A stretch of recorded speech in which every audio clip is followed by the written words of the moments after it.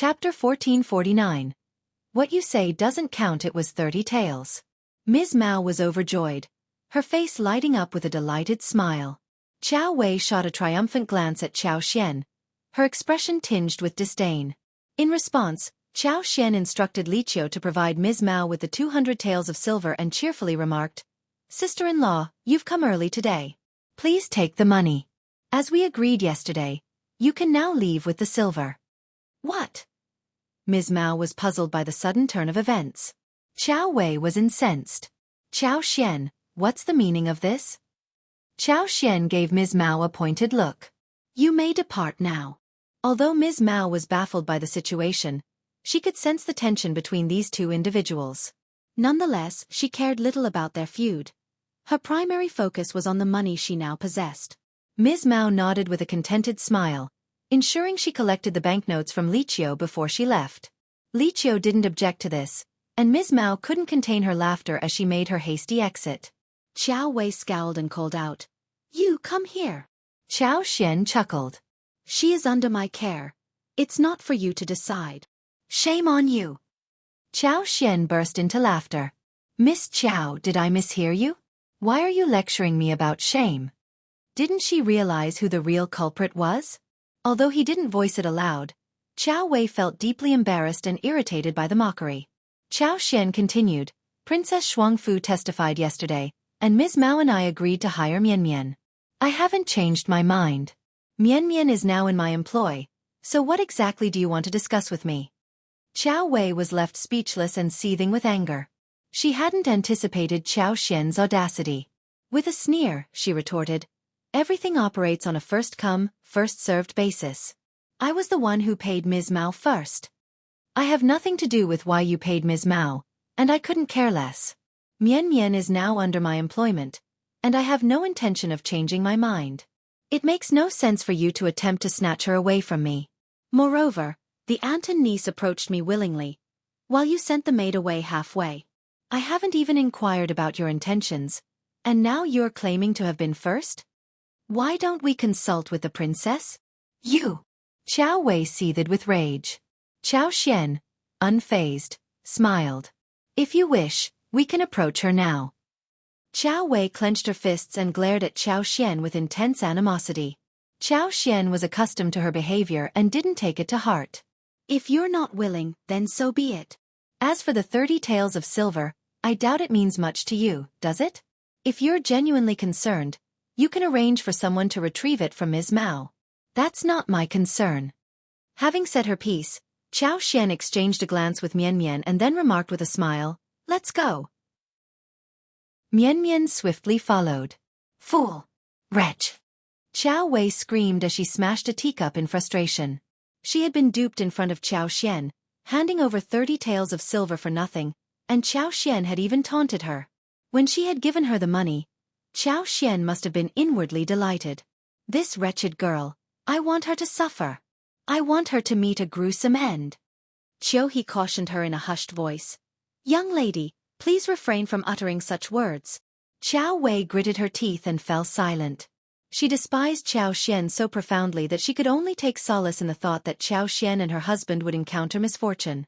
Hearing Mian Mian's words, Qiao Xian consoled her and sighed.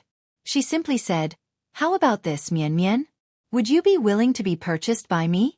If you earn enough money in the future and wish to redeem yourself, I won't stand in your way.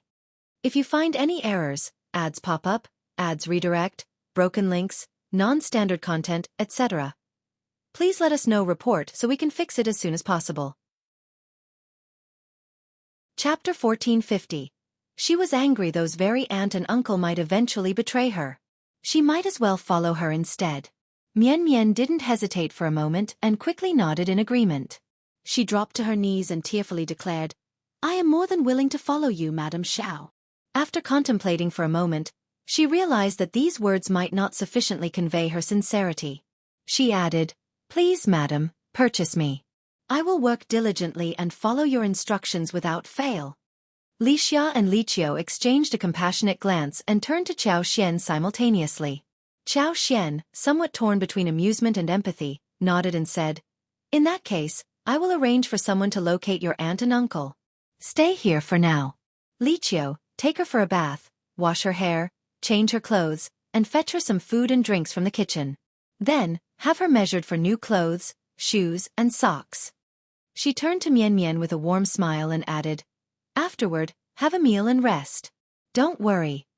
I'll take care of everything. Qiao placed a reassuring hand on Mian Mian's shoulder and smiled. Exactly. Madam has given her word, so you can relax and fear nothing. Mian Mian's eyes welled up with gratitude. She glanced at them, nodded, and followed Qiao obediently. Xia couldn't help but sigh with sympathy. Mian Mian is truly unfortunate. Qiao Wei's overbearing and uncaring demeanor had revealed her true character. She had callously sent Mian Mian away for a mere 30 taels of silver, without considering what might befall the girl on her journey to Qingdi. Qiao Xian remarked, since we've crossed paths, we should do what we can. Xia smiled warmly. That's because you have a kind heart. If she had encountered someone like Qiao Wei, it would be a triumph if that person didn't seize the opportunity to harm her when she was vulnerable. Qiao Xian smiled and promptly instructed someone to find Sun Bai and ask for his assistance. This time, the list included several familiar names, among them Sun Bai and Sun Qian. Upon Sun Bai's agreement, Xia privately disclosed to him Ms. Mao's reprehensible actions. Sun Bai then visited Ms. Mao's residence and secured Mian Mian's contract without any additional expenditure of silver. 200 taels of silver were ample to procure a capable and intelligent maid, and Ms. Mao, although unwilling, didn't dare to object. Mian Mian felt a wave of relief as she laid eyes on the contract and promptly kowtowed to express her gratitude to Qiao Xian. Qiao Xian then escorted her to Princess Shuangfu and informed her of the situation. Princess Shuangfu nodded with a warm smile and concurred, Mian Mian is a fine young lady. It is her good fortune to be under Madame Xiao's care. The ironic twist came when Qiao Wei, who had been infuriated by the events, approached Princess Shuangfu. She claimed that Mian Mian was a perfect match for her and expressed her desire to purchase her as a maid, suggesting that Princess Shuangfu act as a witness. After all, hadn't Qiao Xian asserted that Princess Shuangfu was superior to her? With her being the first to express interest, wasn't that enough? Unaware of Ms. Mao's whereabouts, if she had known, she would have personally pursued the purchase. Ms. Mao was notorious for her greed, and turning her down was unlikely. She seethed with anger at not being able to acquire this young girl. Even if she grew weary of ordering her around, she could always sell her. However, Princess Shuangfu responded with a smile. Madame Xiao has already entered into a contract with Mian Mian's family and has purchased her. Perhaps you weren't aware of this. If you find any errors, ads pop up, ads redirect, broken links, non-standard content, etc., please let us know. Report so we can fix it as soon as possible. Chapter 1451. Relying Qiao Wei felt a deep sense of embarrassment, her face turning a burning shade of red. Her embarrassment was overwhelming. What sort of extraordinary fortune was favoring Qiao Xian? Why did she always lose to her? From that moment forward, Mian Mian became a part of Qiao Xian's household. Xia and Qiao, being older than her, took her under their wings and showed her kindness and care. Mian Mian was immensely grateful and remained obedient. Later, Qiao approached Qiao Xian with some news. Mian Mian had a friend working as a laborer in the horse market. He was strong, diligent, and hard-working, much like Mian Mian. He was also an orphan. Mian Mian wanted to know if Madame could purchase him as well. She was very straightforward and never mentioned it to me. She would hide away alone and silently wipe her tears. I probed and prodded, and she eventually confessed that she wanted to make the request but felt it was overstepping and didn't dare to voice it, causing her great sorrow. She mentioned that her friend, known as Ah Yi, had previously intervened when a troublemaker was harassing her. Since then, she had been taking care of him and, out of gratitude, secretly brought him food from time to time. As a result, they grew close. She's concerned that she won't be able to see her friend again if she stays with you, and this has left her despondent. After offering some consolation, I believed it was best to inform you about this matter. Qiao Xian contemplated for a moment and then smiled. Very well. I'll acquire him as well. Guard son, please revisit and make inquiries. If he's genuinely suitable, well, purchase him too. The number didn't make much of a difference whether it was 1 or 2. What was most crucial was that Qiao Xian recognized the need for more reliable personnel. The Yuezhing family and Zhao Shu had talented individuals, but they were limited in number. She couldn't rely solely on others for everything. If she discovered someone suitable and nurtured them, they would become her right-hand people in the future. Wuxia concurred and promptly went to find Sun Bai. Since their departure was scheduled for the day after tomorrow, Sun Bai headed to Shima City on the same day. Upon his return in the evening, he brought with him a 17-year-old young man, tall and slender, with pronounced features and a silent demeanor. This was Yi. When Qiao Xian and Xiao Yunduan met Yi and introduced him to Mian Mian, his eyes lit up at the mention of her, and the guarded look that had been present gradually dissipated. It wasn't convenient for Qiao Xian to personally accompany Yi, nor was it for Xiao Yunduan. However, Sun Bai offered to have Yi follow him, much to Qiao Xian's surprise. Nonetheless, this was precisely what she had in mind, so she accepted the proposal. Sun Bai Chen led Yi along. If Yi was astute, he would certainly glean valuable knowledge from Sun Bai during their journey. Mian Mian was overwhelmed with gratitude and couldn't help but shed tears again as she thanked Xiao Xian. Xiao Xian found this quite amusing and offered her some comforting words before bidding her farewell. It was evident to anyone with eyes that these two were likely childhood sweethearts. Oh, if it succeeded, she would be thrilled to have played a part in reuniting them. Upon learning of this development, Qiao Wei's anger flared even higher. The day of departure arrived swiftly. In the early morning, officials from Huning City gathered at the relay station and respectfully saw off the princess and the prince of Qingdi. The phoenix carriage slowly exited through the western gate. As Princess Shuangfu gazed at the vast grassland stretching to the horizon, she fought the urge to look back, her eyes moistening with unshed tears. Their journey proceeded smoothly. However, after a few days of travel, they found themselves departing from the well-trodden paths, causing the pace of their journey to naturally slow down. If you find any errors, ads pop up, ads redirect, broken links, non-standard content, etc., please let us know. Report so we can fix it as soon as possible. Chapter 1452. Arriving at Qingdi. Luckily, the weather at this time of the year was quite favorable, gradually warming with each passing day. Sprouts of grass covered the land, and in some areas, there were expansive patches of beautiful wildflowers in full bloom. While the people from Great Qin found this breathtakingly beautiful, on their journey, even though they had to set up tents every night, and their accommodations were simple and austere, and their meals were modest, they found it to be an unforgettable experience. They had no regrets as long as they remained safe. The prince's marriage was a significant event, and their journey to Qingdi was expected to be very safe. Qiao Xian and Xiao Yunduan were well aware of this. They didn't believe that even the fourth prince would be foolish enough to attempt anything illicit during the trip there, but the journey back held more uncertainty. By the time they reached Qingdi, it was already the 12th of June. Qingdi's city walls appeared rugged and unrefined. The mud walls, eroded by the elements, had taken on a mottled appearance and were showing signs of deterioration. The city walls were not particularly tall, embodying a casual and unconcerned air. Qingdi was known for its bravery and martial prowess. They had constructed the imperial city with convenience in mind rather than defense. In the event of an enemy invasion, they believed it was more advantageous to engage in open combat than to defend the city. The arrival of Princess Shuangfu brought a momentary liveliness to the royal city. Countless commoners crowded along the streets to catch a glimpse of the spectacle. Engaging in animated discussions in a language incomprehensible to outsiders, people pointed and stared in curiosity at the Qin prince's conveyance. The people of Qingdi lacked rigid rules and protocols. The scene was chaotic and uproarious.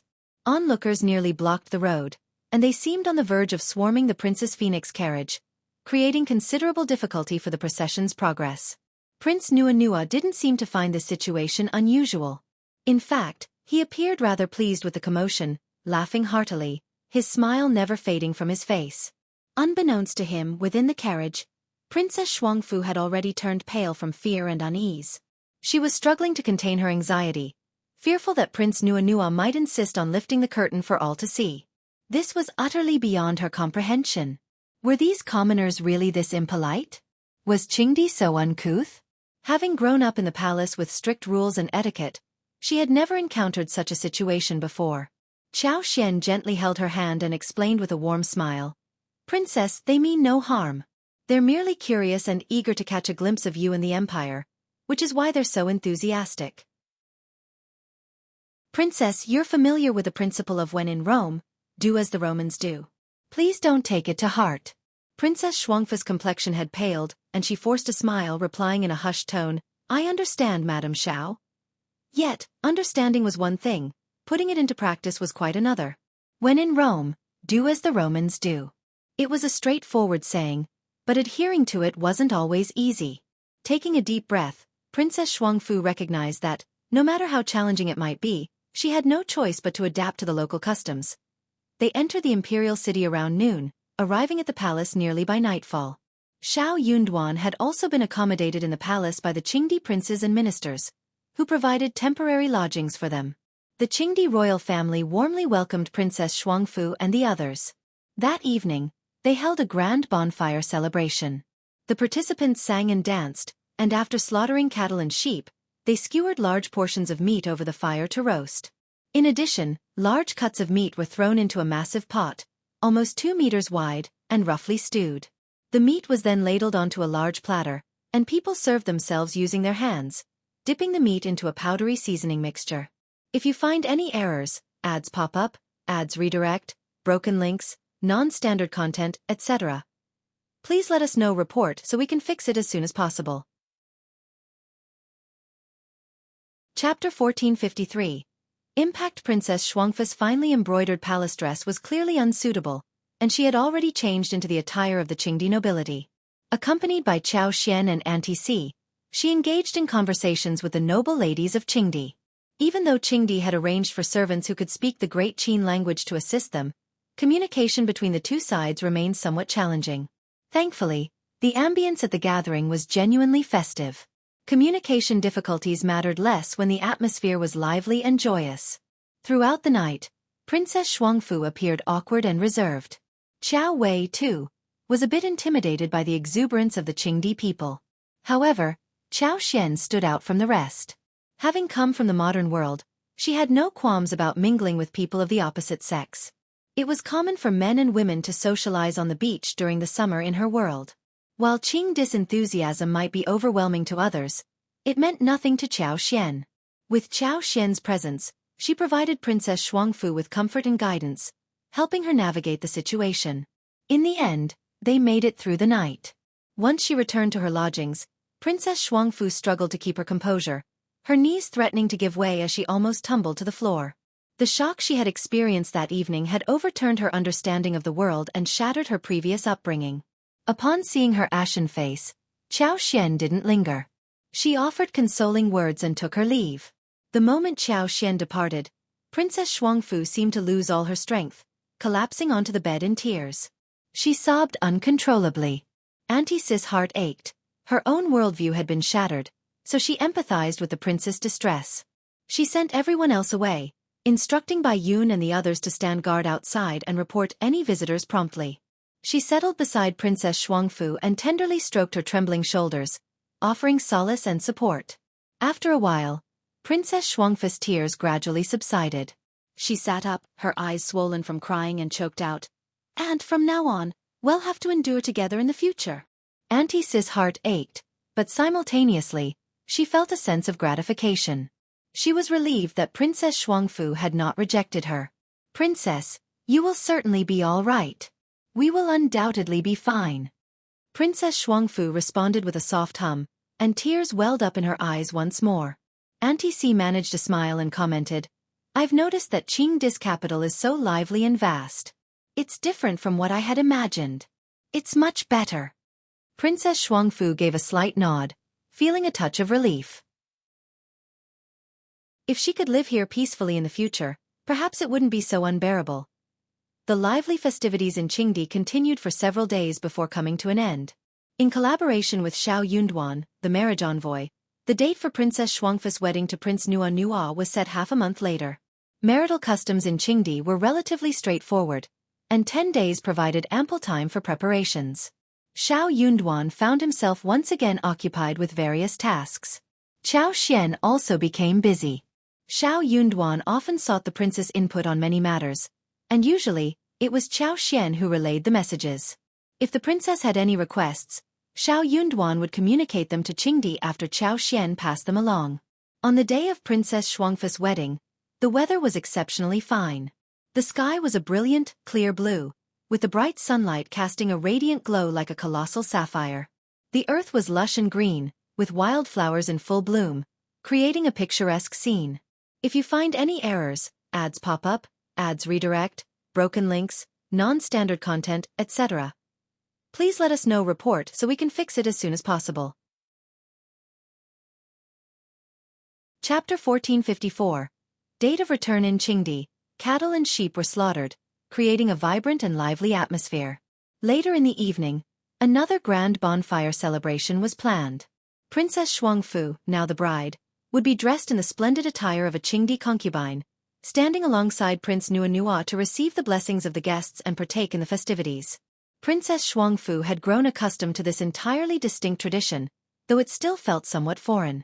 Nevertheless, she managed to handle it with success. Qiao Xian instructed by Yun and the others to inform the Qingdi locals that Princess Xianxia was shy. Understanding her intention, the Qingdi people responded with kind smiles and became more considerate toward the princess. After Princess Xianxia's wedding, the members of the Great Qin diplomatic mission couldn't stay any longer. With the initial excitement wearing off, they found themselves yearning for the lively atmosphere of the capital. The environment in Qingdi was somewhat unfamiliar, and the local cuisine, though acceptable, didn't compare to the delectable dishes served in the capital's restaurants. Xiao Yunduan made a request to Qingdi. Prince Nuanua was deeply reluctant and expressed his desire for Xiao Yunduan to stay in Qingdi. I wish Lord Xiao could stay in Qingdi. I want to continue learning from you. I can't understand what others are saying, and it makes me sleepy to listen to them. Only you can make me understand. Xiao Yunduan was at a loss for words. He thought to himself, I didn't discuss Great Qin culture with you, such as the 4 books and 5 classics. I only shared historical anecdotes and tales of famous figures. Of course you understand. If he couldn't grasp it, there must be something amiss with his intellect. Prince, all good things must come to an end. Additionally, I have other responsibilities that prevent me from staying away for too long. Please understand. If you ever have the opportunity in the future, I welcome you to visit Great Qin again. When that time comes, I will extend my hospitality to you. Prince Nuanua burst into laughter and patted Xiao Yunduan on the shoulder. All right. I'll definitely return when I have some free time. Just wait for me. I'll make sure to improve my alcohol tolerance. Then, I'll be able to challenge you properly. Humph. Xiao Yunduan smiled and replied, I eagerly await your instruction. Very well, just you wait. Prince Nuanua chuckled heartily. The date set for sending the diplomatic mission back to Great Qin was scheduled for 5 days later. This news filled everyone with joy, and the entire diplomatic mission exuded a happy and relaxed atmosphere. Prince Nuanua extended an invitation to Xiao Yunduan and the others to join him in a hunting expedition. Xiao Yunduan wasn't particularly interested in hunting, but Qiao Xian was excited about the prospect. I was thinking it would be great if we could hunt here.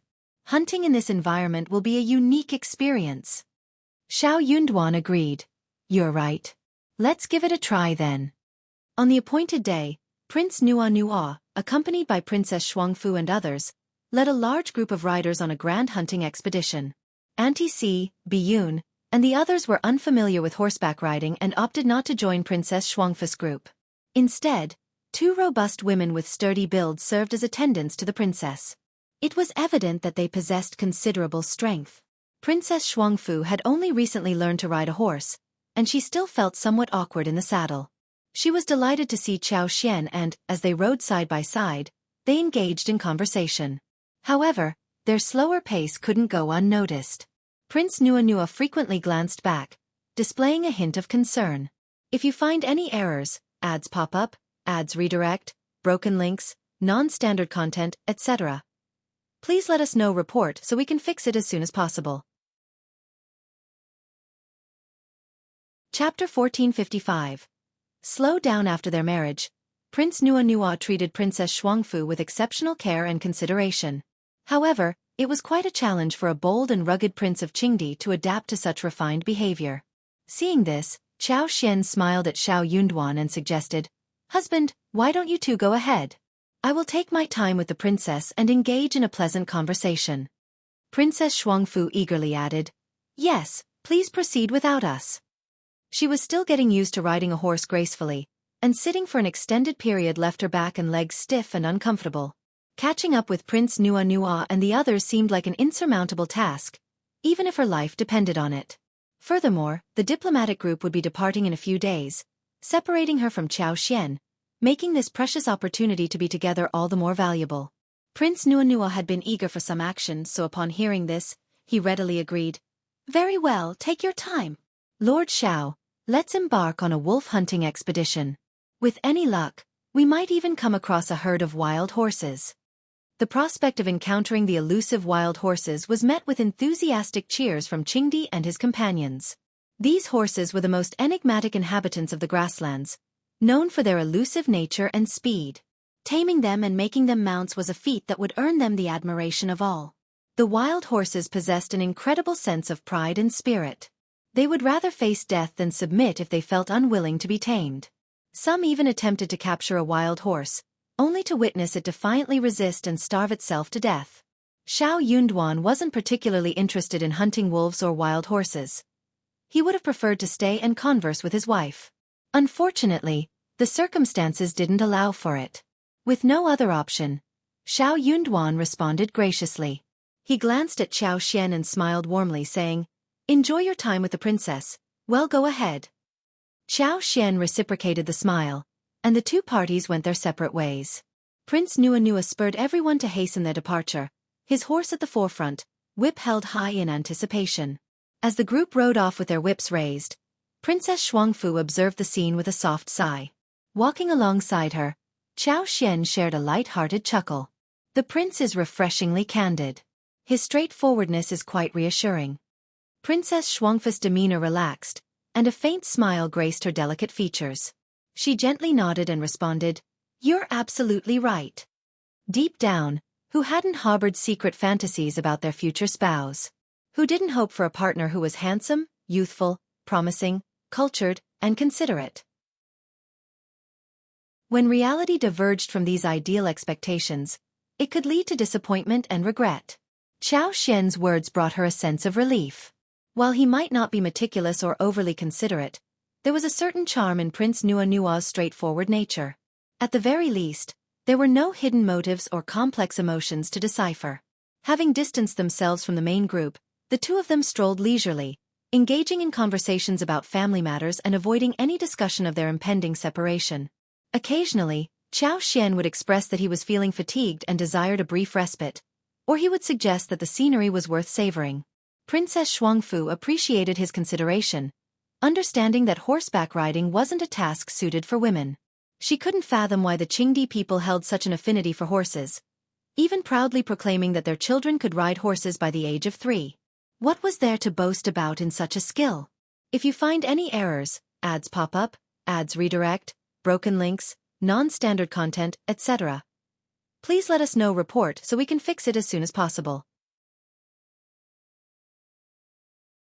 Chapter 1456.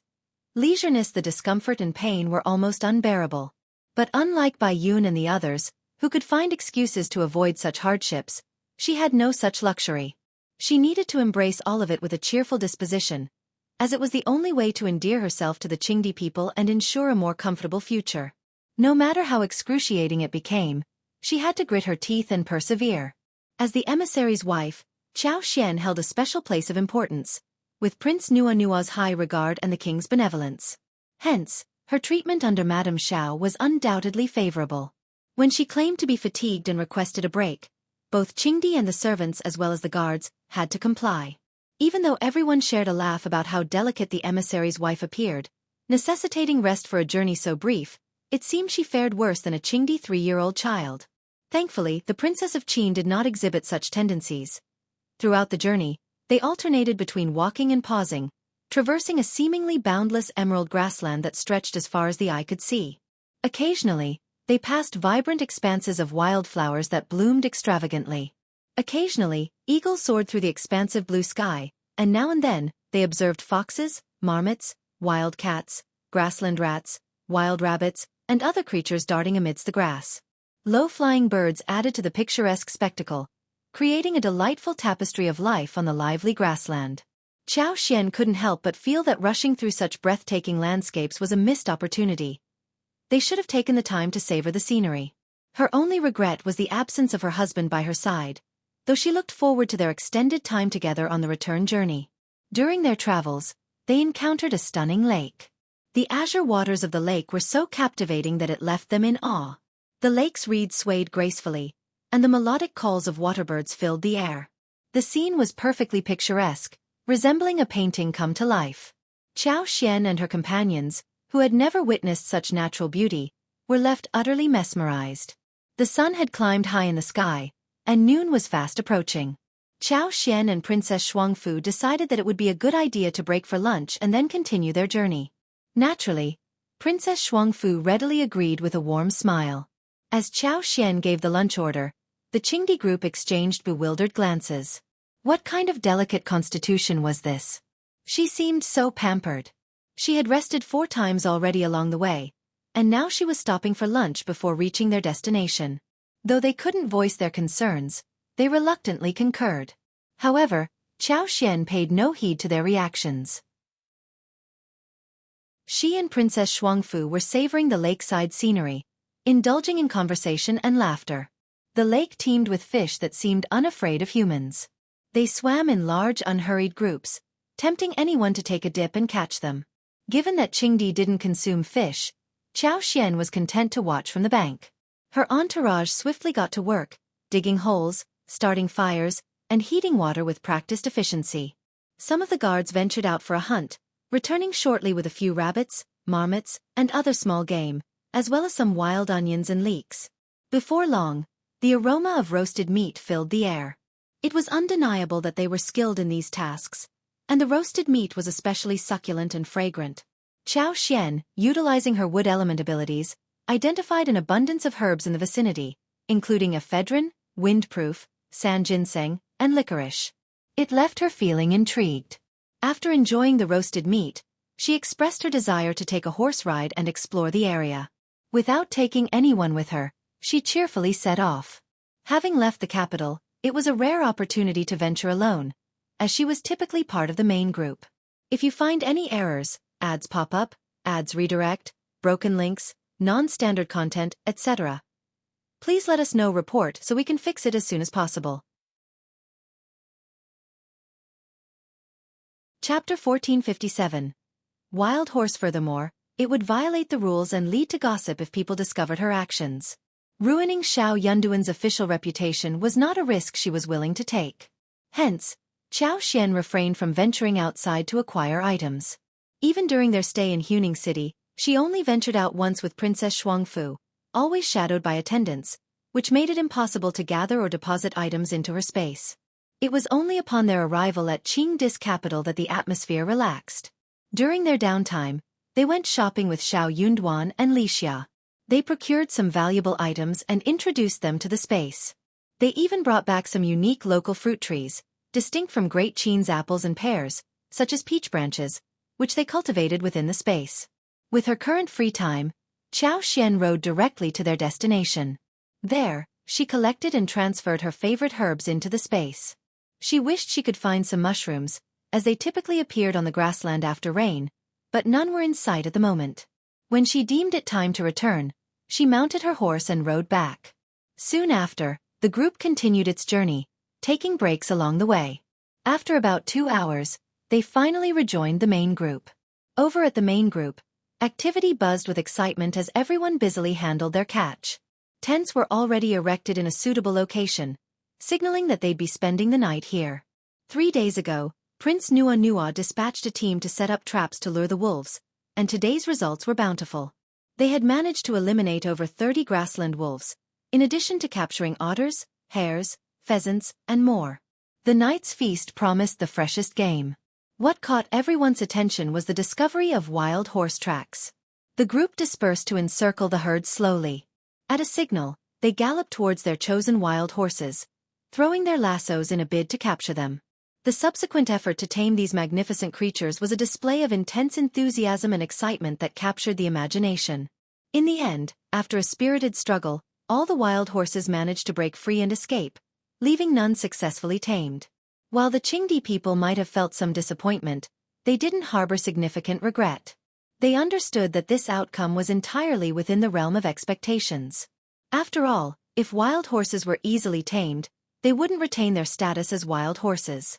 What no one noticed was that when the dust had settled and the wild horses had made their gallant departure, there was one person conspicuously absent from the entire hunting team. Later, Yi returned, riding atop a majestic wild horse with gleaming black fur, resembling black satin. This sight left everyone in awe. The people from the Qin dynasty couldn't hide their pride and were beaming with satisfaction as they basked in the admiration and envy of the Qingdi people. From a distance, Prince Nuanua and his companions gazed longingly at the magnificent black wild horse, which exuded an extraordinary presence with its agile form. They couldn't help but envy Yi's accomplishment. Despite its recent taming, the horse retained its proud disposition. Other than Yi, it paid no heed to anyone else. The Qingdi people were well aware of the wild horse's temperament and maintained a respectful distance. Additionally, no one contemplated asking Yi to buy or trade the horse. They understood that even if Yi were to agree, it wouldn't matter unless the horse itself consented. Taming a wild horse established an unbreakable bond of master and steed that transcended human willpower. If you find any errors, ads pop up, ads redirect, broken links, non-standard content, etc., please let us know. Report so we can fix it as soon as possible. Chapter 1458. Happy. Perhaps it was because their master had a close connection with someone they favored, allowing them to feel comfortable and receptive to that person's presence. Xiao Yunduan was pleasantly surprised by this turn of events. Throughout their journey, apart from trailing behind Sun Bai, Yi had been at Xiao Yunduan's side, dutifully attending to his needs. His honest nature, minimal words, and earnest approach to tasks made him a dependable and reassuring presence. On one occasion, Qiao Xian had playfully teased Xiao Yunduan, suggesting that Qiao Wei had become so shameless that she had tried to get close to Yi when she discovered that he was brought back due to Mianmian's influence.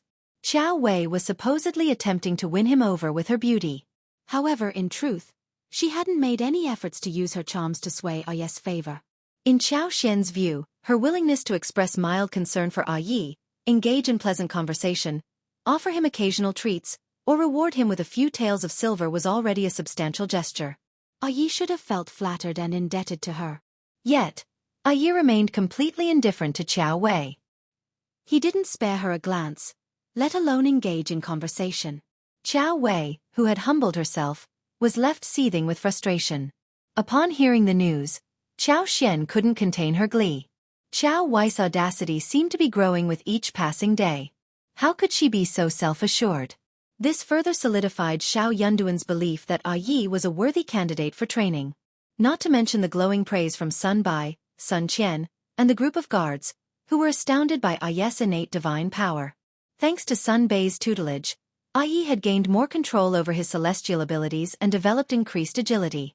Yi was both astonished and deeply appreciative of Sun Bai's mentorship. Although Sun Bai hadn't formally taken him on as a disciple, Yi regarded Sun Bai as his master. He understood that his present circumstances were a result of the fortuitous connection with Lord Xiao and Madame Xiao. Their kindness had saved both him and Mian, and his unwavering loyalty to them stemmed from the depths of his heart. As a result, whenever Xiao Yunduan assigned him a task, Yi approached it with unwavering dedication and meticulous attention to detail. Xiao Yunduan's satisfaction with Yi continued to grow, and he couldn't help but marvel at his wife's excellent judgment. With a mere thought, she had brought two exceptional subordinates into their fold. No wonder Qiao Wei was consumed with envy and anger. As Yi found himself thrust into the spotlight, Xiao Yunduan reveled in the joy of his accomplishment. Yi had never been the recipient of such passionate attention and adulation, which left him feeling awkward and unsure of how to respond. Yi approached Xiao Yunduan with the black horse and said, "Lord, I'd like to offer this horse to you. Could you please give it a name?" Xiao Yunduan cast a fond gaze at the majestic black horse and chuckled. "You tamed it, so take good care of it. As for naming it, well, leave that to my wife. She always takes a keen interest in such matters." Yi blushed and nodded, a shy smile on his face. When Qiao Xian, Princess Shuangfu, and the others finally arrived, the atmosphere had calmed down. Upon hearing Xiao Yunduan's praise for Yi, Qiao Xian glanced at Mian Mian, who wore a bright smile. She remarked with a grin, "Yi possesses natural strength and has experience in the horse market, making him a fitting candidate for success. It's no surprise that he's been so fortunate. I've always known he's no ordinary individual. If you find any errors, ads pop up, ads redirect, broken links, non-standard content, etc., please let us know report so we can fix it as soon as possible." Chapter 1459. Naming. When Xiao Yunduan broached the topic of naming the black horse, Qiao Xian's interest was piqued. She playfully tugged on Xiao Yunduan's sleeve and chuckled.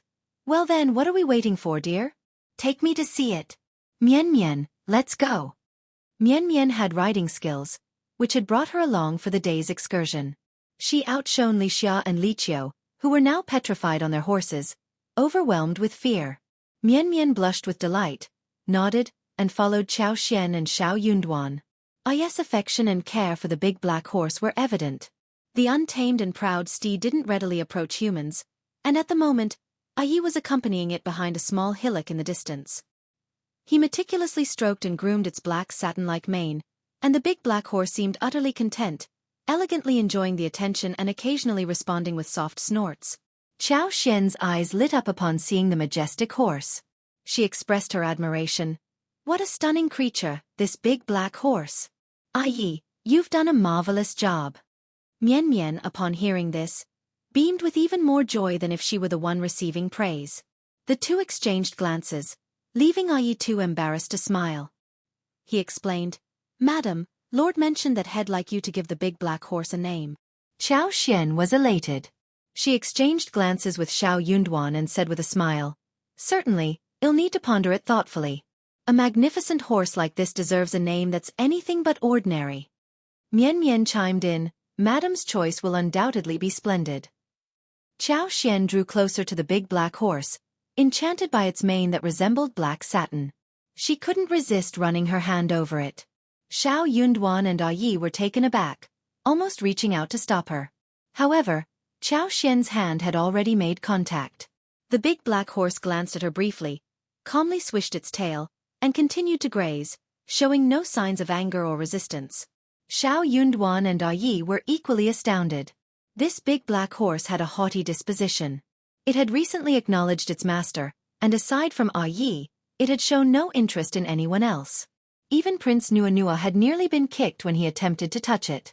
Xiao Yunduan hesitated to approach, fearing he might meet the same fate as others. However, to his astonishment, as soon as his wife stepped forward, she began to caress the horse. Qiao Xian was unaware of what had transpired, but the horse felt so delightful to the touch that she couldn't resist running her hand over its coat. Qiao Xian grinned. "How obedient and endearing it is." Xiao Yunduan was at a loss for words, while Yi was equally surprised. As Qingdi's horses served as their sole mode of transportation, Qiao Xian habitually carried pine nuts in her purse. A few remained, and with her mounting delight, she took them out and offered them to the horse. The big black horse sniffed her palm and began eating without hesitation. It even swished its tail in delight and nuzzled its head against Qiao Xian, eliciting her laughter. She waved to Xiao Yunduan, calling, "Husband, come over." Why was he standing so far away? Wasn't the big black horse handsome and attractive? Qiao Xian wondered. Xiao Yunduan smiled and nodded as he drew closer. When the big black horse suddenly looked up at him, he paused in his steps. Yet, as the horse continued to eat pine nuts without paying him any mind, he silently breathed a sigh of relief and cautiously joined them. He didn't dare to reach out and touch the horse, instead standing by and observing. It was already a remarkable achievement for them to be in such close proximity. They were faring much better than Prince Nuanua. If you find any errors, ads pop up, ads redirect, broken links, non-standard content, etc., please let us know report so we can fix it as soon as possible. Chapter 1460. Close. Qiao Xian suggested with a smile. "How about we call it Thunder God? It sounds imposing and mighty." Yi enthusiastically agreed, saying, "Good, good. Hello, Thunder God. Thank you, madam, for the name. From now on, it shall be known as Thunder God." Yi gently patted the big black horse's head and spoke with a grin. Thunder God, Thunder God. From this day forth, your name shall be Thunder God. Do you understand? Their shared laughter filled the air. Looking at Xianxia with admiration, Yi commented, Madam, you're truly incredible.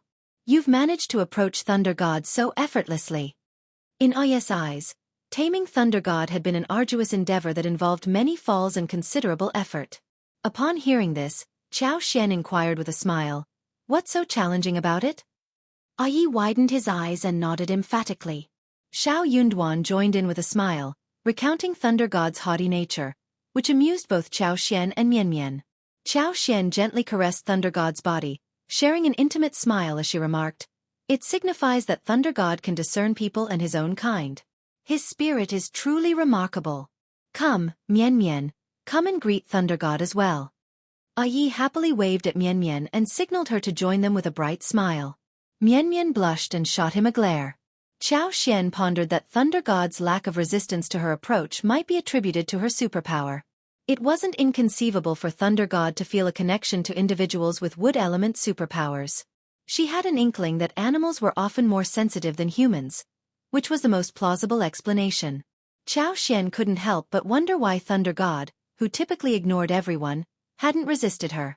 As for Xiao Yunduan and Mian, it was likely due to Thunder God's relationship with Yi. Thunder God was a highly intelligent horse, and since there were no outsiders present, it felt relaxed and open to negotiation. That evening, everyone camped for the night. They roasted meat and enjoyed wine, creating a lively atmosphere. The grassland was cold at night, so even though she sat by the fire, Xiao wrapped herself in a thin cotton cloak. The night sky was adorned with beautiful stars, resembling a sky filled with sparkling gems. It was so dazzling that it felt like stepping into a wondrous fairyland of stars. Xiao Yunduan managed the group and exchanged a glance with Xiao. He then led her away from the hubbub to a quiet place for a stroll. Xiao Yunduan had a slight fear of Prince Nua. Prince Nua was an incredible drinker, and Xiao Yunduan knew that if he didn't avoid the situation, he'd likely end up being coerced into another drinking contest. Additionally, in the company of his wife, amid the enchanting starlit night, it was far more appealing to be with her. The following morning, the group enjoyed a hearty breakfast and headed back to the capital. They took their time and didn't split up, as Xiao needed to rest. She paused for breaks 3 times on the return journey, and they didn't reach the capital until late afternoon. That evening, Princess Shuangfu and Prince Nua extended an invitation to Xiao and Xiao Yunduan for dinner. The diplomatic mission would depart for Great Qin the day after next. If you find any errors, ads pop up, ads redirect, broken links, non-standard content, etc., please let us know. Report so we can fix it as soon as possible.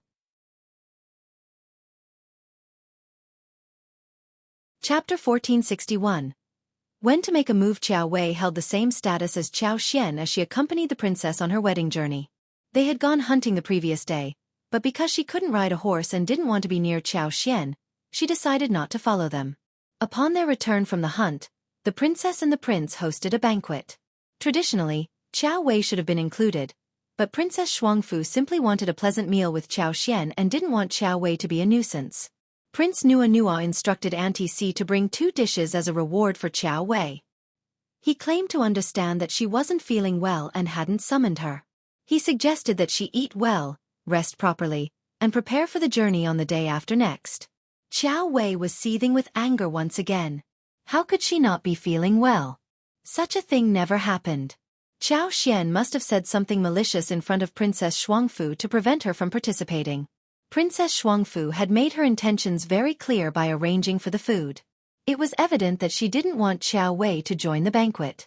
Qiao Wei couldn't bear it. If He hadn't intervened and stopped her, Qiao Wei would have smashed the 2 dishes. When do we make our move on the way back? Oh! He quickly covered Qiao Wei's mouth, her gaze cold. Miss, you can't speak recklessly. Qiao Wei felt suffocated for a moment. She pushed away He's hand and sneered. What are you afraid of? Do you think someone will overhear us? We're in such a secluded spot, and no one will come near. She and Xiao were constantly at odds, each vying for supremacy. Wherever Xiao was, she couldn't measure up. It was a clash between the east wind and the west wind, with only one prevailing. Qiao Wei was determined to see Qiao Xian trampled underfoot, just as she had been in the past. He continued to wear a worried expression. Being cautious is not a bad thing. If something goes wrong because of this, it would be disastrous. Qiao Wei sneered but refrained from further comments. At Princess Xianxia's gathering, the four of them enjoyed a cheerful and harmonious atmosphere. It was a perfect setting. While eating, Prince Nuanua's eyes gleamed with the desire to share a drink with Xiao Yunduan. However, Xiao Yunduan was the first to speak. He cleared his throat and spoke solemnly. I won't drink with you today, or I'll be too hungover to travel. Please forgive me, Your Highness. Princess Xiangfu chimed in with a gentle smile. Yes, Your Highness, it wouldn't be appropriate. Let's save it for another time. Seeing Xiao Yunduan's resolute stance, Prince Nuanua reluctantly agreed. Very well, Lord Xiao. Next time I visit the capital, we shall drink together. I'll be looking forward to it. He puffed out his chest and declared, Lord Xiao, just wait. I'll best you next time. Xiao Yunduan could only respond with a wry smile. I'll be waiting. Humph. I'll make sure to improve your alcohol tolerance. It's embarrassing to be bested by a scholar. Everyone was left speechless. What was there to compare? The Qingdi people certainly had peculiar priorities. Princess Xiangfu, being a newcomer to Qingdi, felt embarrassed for her husband. She gracefully changed the subject with a smile, initiating a discussion about Qingdi's customs. Qiao Xian and Xiao Yunduan were both genuinely interested in this topic and posed questions to Prince Nuanua. The discussion on customs took their attention, and the drinking challenge was forgotten. They spent the evening together until it was quite late. Qiao Xian and Princess Xiangfu engaged in a lengthy conversation. Finally, they exchanged farewells before Qiao Xian and Xiao Yunduan returned to their own quarters. If you find any errors, ads pop up, ads redirect, broken links, non-standard content, etc., please let us know. Report so we can fix it as soon as possible. Chapter 1462. Return. Qiao Xian felt a sense of melancholy wash over her. Xiao Yunduan tenderly embraced her and gently patted her back to offer comfort. Princess Xiangfu is already doing quite well. Perhaps leaving the palace is a blessing in disguise for someone as unloved as her. Qiao Xian began to feel a glimmer of relief and managed to force a smile. You might be right. Prince Nuanua seems to treat her well, but she's come to a distant land for marriage. We can't be certain when we'll meet again, so she will undoubtedly feel a bit sad. Xiao Yunduan replied. Perhaps only for a while. Qiao Xian burst into laughter, a warmth spreading through her heart. The following day, as everyone prepared for their departure, Qiao Xian, Qiao Wei, and the others went to bid farewell to Princess Xiangfu. Since they had already conveyed their goodbyes the previous day, they didn't avoid Qiao Wei today. Yet, Qiao Wei couldn't hide her dissatisfaction. Despite the knowledge that she and Qiao Xian were not on good terms and that Qiao Xian was the favored wife of Lord Xiao, the crown prince's favorite, while she was just the daughter of the county magistrate, she still couldn't help feeling envious. If she had to choose between the two, Princess Xiangfu would undoubtedly favor Qiao Xian. This feeling of being powerless and easily bullied weighed heavily on her. Qiao Wei's irritation was palpable, and she cast hostile glances at Qiao Xian from time to time. Qiao Xian, however, wasn't in the mood to engage with her. Qiao Wei, feeling ignored, grew even more infuriated. Princess Xiangfu, unable to bear the tension, decided to escort her away. Qiao Wei nearly lost her temper, but she didn't dare to. Yet, Qiao Xian had her share of blame in the situation, and she longed to return home to make Qiao Xian and Xiao Yunduan taste the bitterness of her wrath. That night, Qingdi organized a grand bonfire party to bid them farewell. Knowing they had an early departure the next morning, Xiao Yunduan kept the festivities subdued. The following morning, Prince Nuanua led his men in escorting everyone out of the capital. Princess Xiangfu did not make another appearance. After bidding their farewells just outside the city, the group officially embarked on their journey. Qiao Xian gazed up at the clear blue sky, the wind and sun on her face. She sighed and silently bestowed her blessings upon Princess Xiangfu. The path homeward held a promise of joy. As they began their journey, the initial sadness of parting dissipated, and excitement filled their hearts. It's finally time to head home. That's right. I've missed home so much. I've even dreamt about Beijing a few times. Me too. We can pick up the pace on the way back and aim to reach home as quickly as possible. Yes. The group was in high spirits, covering nearly 200 miles before setting up camp for the night.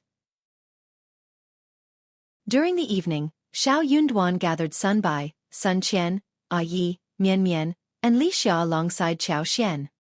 He spoke with a serious tone. With Princess and Prince Nunu no longer with us, I have my suspicions. I believe there may be some ill-intentioned individuals within our group. Besides all of you, I'm not certain whom I can trust. In such an environment, any mischief could lead to catastrophe. Please remain vigilant and attentive. If you notice anything amiss, report it immediately. There can be no delays. If you find any errors, ads pop up, ads redirect, broken links, non-standard content, etc., please let us know. Report so we can fix it as soon as possible. Chapter 1463. Discussion. Yi and Mian Mian displayed evident surprise. Sun Bai and Sun Qian grasped the implications behind Xiao Yunduan's words and shared an unspoken understanding. The fourth prince in the Tian family held deep animosity towards Lord Xiao, particularly the fourth prince, who harbored a vehement hatred for Lord Xiao. The Tian family also bore a profound grudge against Madame Xiao. While it wasn't a propitious time to settle scores with Lord Xiao in the intermediary capital, this moment presented a unique opportunity. Any mishap involving Lord Xiao would be something they couldn't easily explain or justify. Moreover, Sun Bai and Sun Qian were fiercely loyal to the crown prince. They recognized that any harm befalling Lord Xiao would be akin to severing one of the crown prince's limbs, which was simply unacceptable. Furthermore, they had accompanied Xiao Yunduan on numerous occasions, deepening their respect and admiration for him. Their camaraderie and trust were substantial, and they were loath to witness any harm come to him. Rest assured, Your Excellency, I'll exercise utmost caution. The individuals I brought from the East Palace are all reliable. I'll instruct them to maintain diligent patrols and shift rotations during the night. I'll make certain not to overlook anything. Xiao Yunduan nodded. However, don't divulge all the details to them. Understood. Xiao Yunduan turned his attention to Yi. Yi, you shall be in the service of Madam from now on. Take good care of her. Qiao Xian interjected. Let us stay with you. As long as you are safe, I won't face any danger. Xiao Yunduan chuckled. I'm concerned. Sun Qian added. Madam, I will accompany you. You needn't worry. Yi possesses extraordinary strength and has mastered his skills well. With him guarding you, you can rest assured. Qiao Xian contemplated for a moment. She had Li Xia, Li Qiao, and Mian Mian with her, which would allow her to look after them. As for herself, there was genuinely no reason for concern. In the unlikely event that something did occur, she would rather have no one by her side. Walking through this vast grassland, they were like pre-prepared ropes. If one needed to tie up a dumpling, a group could tie up a bunch of dumplings. There was no pressure at all. After their discussion, the group dispersed. Turning to Xiao Yunduan, Qiao Xian reassured him, Don't worry, dear husband. We'll have a safe journey. I've consulted with a fortune teller, and the master assured us that we are both blessed individuals. This journey won't bring us harm. Xiao Yunduan burst into laughter and refrained from arguing with her, simply nodding. My wife is absolutely correct. You can rest easy. As long as I'm with you, I'll protect you. He squinted as if he were about to say something else, but then he decided against it. However, he later sought out Yi in private and instructed him earnestly. If a genuine threat arises, remember not to hesitate. Take Madam and Mian Mian and escape using the Thunder God. Run as far as you can. Then find a way back to Huning City, understand? Yi hesitated briefly. But sir, just follow my orders. Don't concern yourself with anything else. Understood, officer. Xiao Yunduan may not have cared much for Mian Mian, but he understood that Yi wouldn't leave her behind, so he instructed him to take her along. When it came down to a critical moment, they couldn't afford to worry about anything else. Luck would be their greatest ally. On a separate note, Qiao Xian also approached Yi privately. In case of any emergency, take Mian Mian to Lord Xiao and use the Thunder God to escape. You can inquire and find your way back to Huning City. With the Thunder God, you won't have to fear anyone catching up with you. Yi was dumbfounded and did not come back to his senses for a long time. If you find any errors, ads pop up, ads redirect, broken links, non-standard content, etc., please let us know report so we can fix it as soon as possible. Chapter 1464. Dilemma. Qiao Xian smiled. I'm just a woman. What's the worst that can happen if I find myself in danger or in someone's custody? As long as Lord Xiao is by my side, nobody would dare harm me. But if anything were to happen to him, that would be the real problem. More importantly, she held great confidence in her own abilities. Whoever dared to capture her would find themselves regretting their choice. Her primary focus was on safeguarding Wuxia and Qiao. That was the most she could do. Xiao Yunduan found her reasoning sound and hesitated for a moment, scratching his head. Well, all right, madam. Yi pondered the situation and was unsure how to proceed. Therefore, he sought Mianmian's advice. Upon hearing his dilemma, Mianmian couldn't help but sigh, saying enviously, the bond between Lord and Madam is truly exceptional. Yi was perplexed. He had come to her for guidance, so why was she making these remarks out of the blue? So, what should I do then? Yi scratched his head. Mianmian glanced at the Thunder God, torn. Why don't you take Madam and Lord with you? There was no doubt about the speed and allure of the Thunder God. No one questioned its ability to make a swift getaway. If the Thunder God couldn't escape, there was no need to contemplate whether it could escape or not. Yi wore a bitter smile. I wish to do that too, but am concerned that the Thunder God can't accommodate 4 people. Oh, I mean the 3 of you can depart, and I'll stay. I need to assist Lord Sun and the others. Mianmian retorted, what are you talking about? The Thunder God listens to you more than anyone else. If you don't leave, can the Thunder God leave? Take Madam and Lord with you, and I'll figure out a hiding place for myself. No way. Why not? At most, you can return and find me later. I'm just a young girl. Who would even notice me? No. I care. Mianmian blushed and glared at him, feeling a bit shy. Regardless, I don't want to hear any excuses. Nothing can happen to Lord and Madam. If you're nearby and care about me, then listen to what I say. No. No. No one will pay attention to me. No one will care if I hide. I won't be in any danger. Do you think I'm so foolish that I can't even hide? No, but it's a deal. No buts. Yi couldn't persuade her, and his words couldn't match her eloquence. He felt unconvinced and a bit unhappy, but he couldn't say much in response. He could only sulkily relent. Mianmian assured him that she could hide, but could she truly remain concealed? Yi knew that Mianmian was a clever and resourceful girl, but she was still a young lady, and what if she were discovered and harmed amid the ensuing chaos? Then what would he do? In this world, Mianmian was his sole friend, and deep in his heart, he had long considered her family, a bond of mutual reliance. He couldn't bear to contemplate what he would do if he lost Mianmian. Yi's mood sank, and he struggled with inner conflict, which became evident in his demeanor. He appeared somewhat downcast and preoccupied. Xiao Yunduan soon discerned Yi's troubled state and inquired about it. Though Yi initially intended to keep it a secret, he couldn't withstand Xiao Yunduan's gentle prodding and eventually divulged his concerns with only a few sentences. Xiao Yunduan chuckled. He sighed inwardly, experiencing a mix of emotions, both a sense of fondness and a hint of bittersweetness. His wife was truly something. How could she respond to Yi like that? As her husband, he should be the one protecting her, not the other way around. I'll speak with Madam and handle it. You don't need to worry. Just follow my directions. What? Don't fret.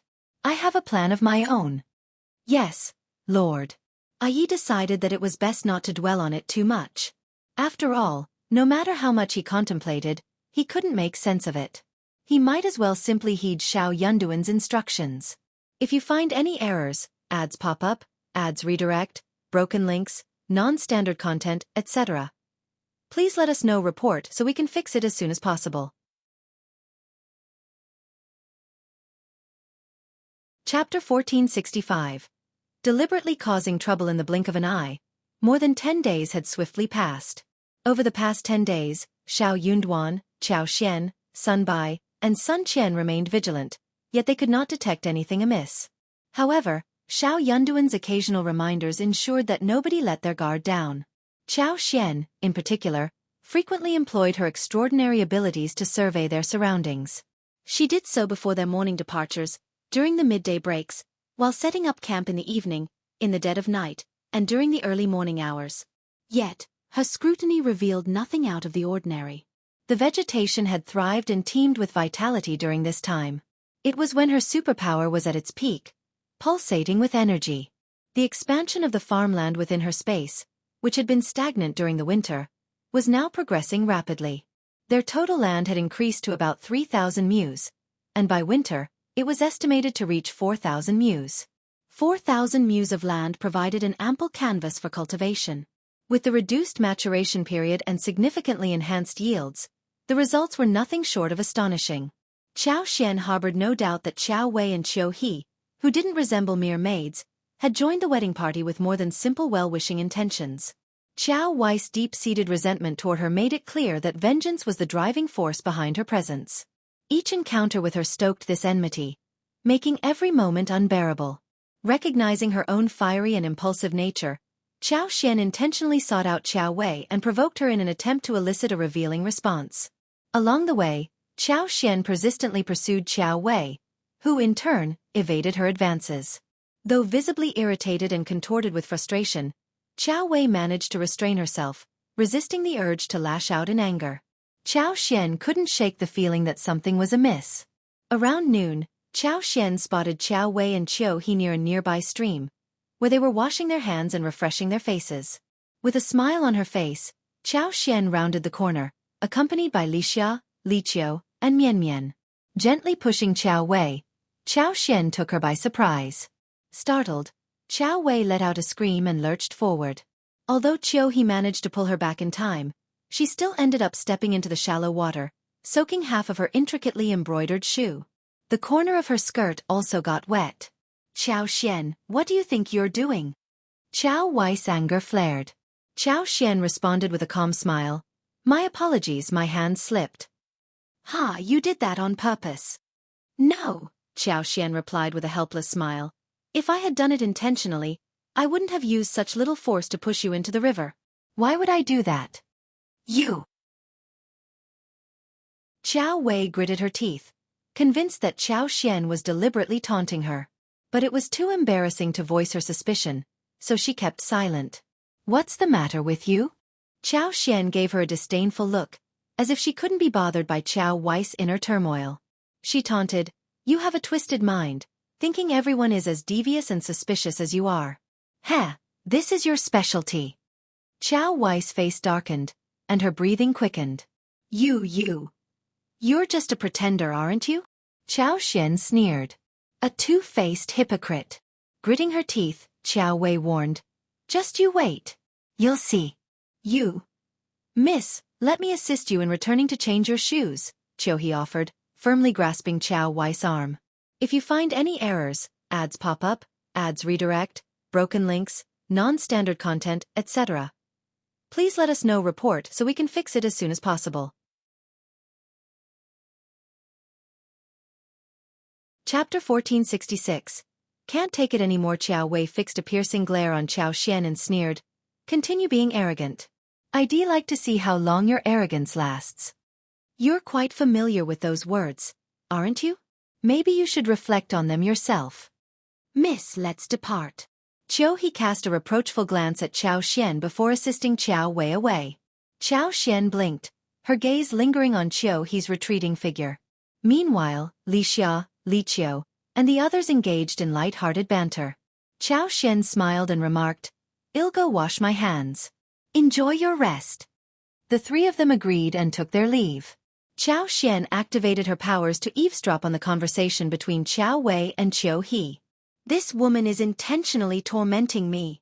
She's singling me out on purpose. I can't endure it any longer. Tell me, when are we going to strike? How have you been in contact with them?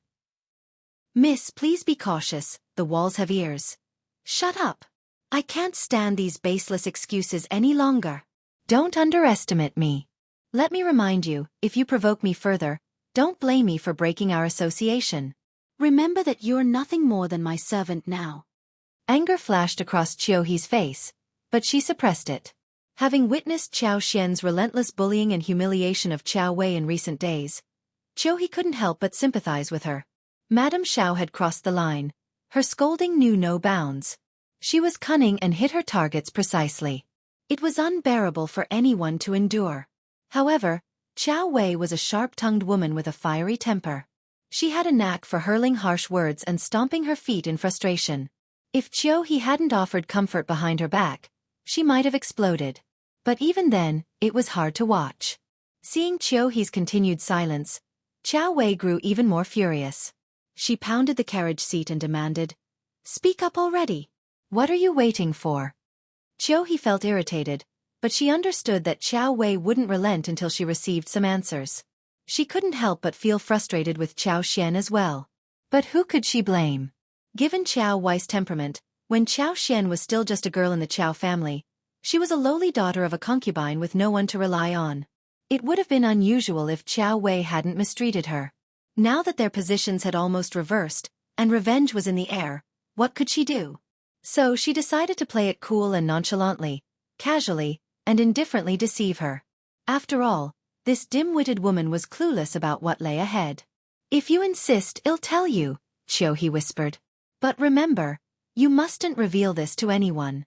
No matter what Madame Xiao does, you must endure it.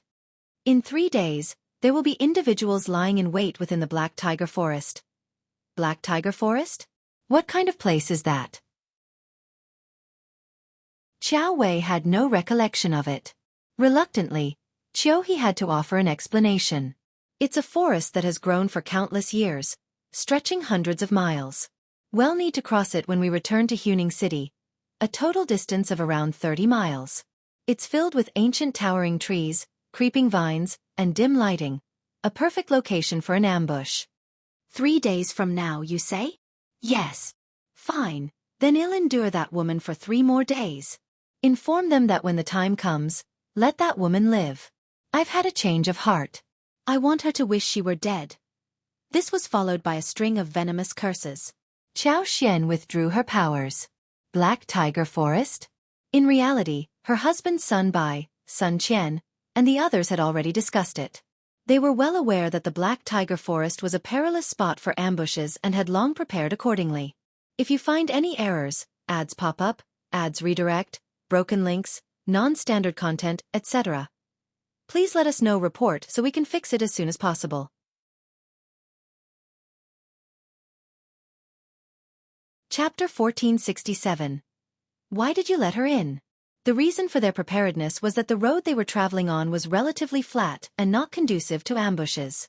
With a little extra vigilance, it would be nearly impossible for any potential assailants to succeed.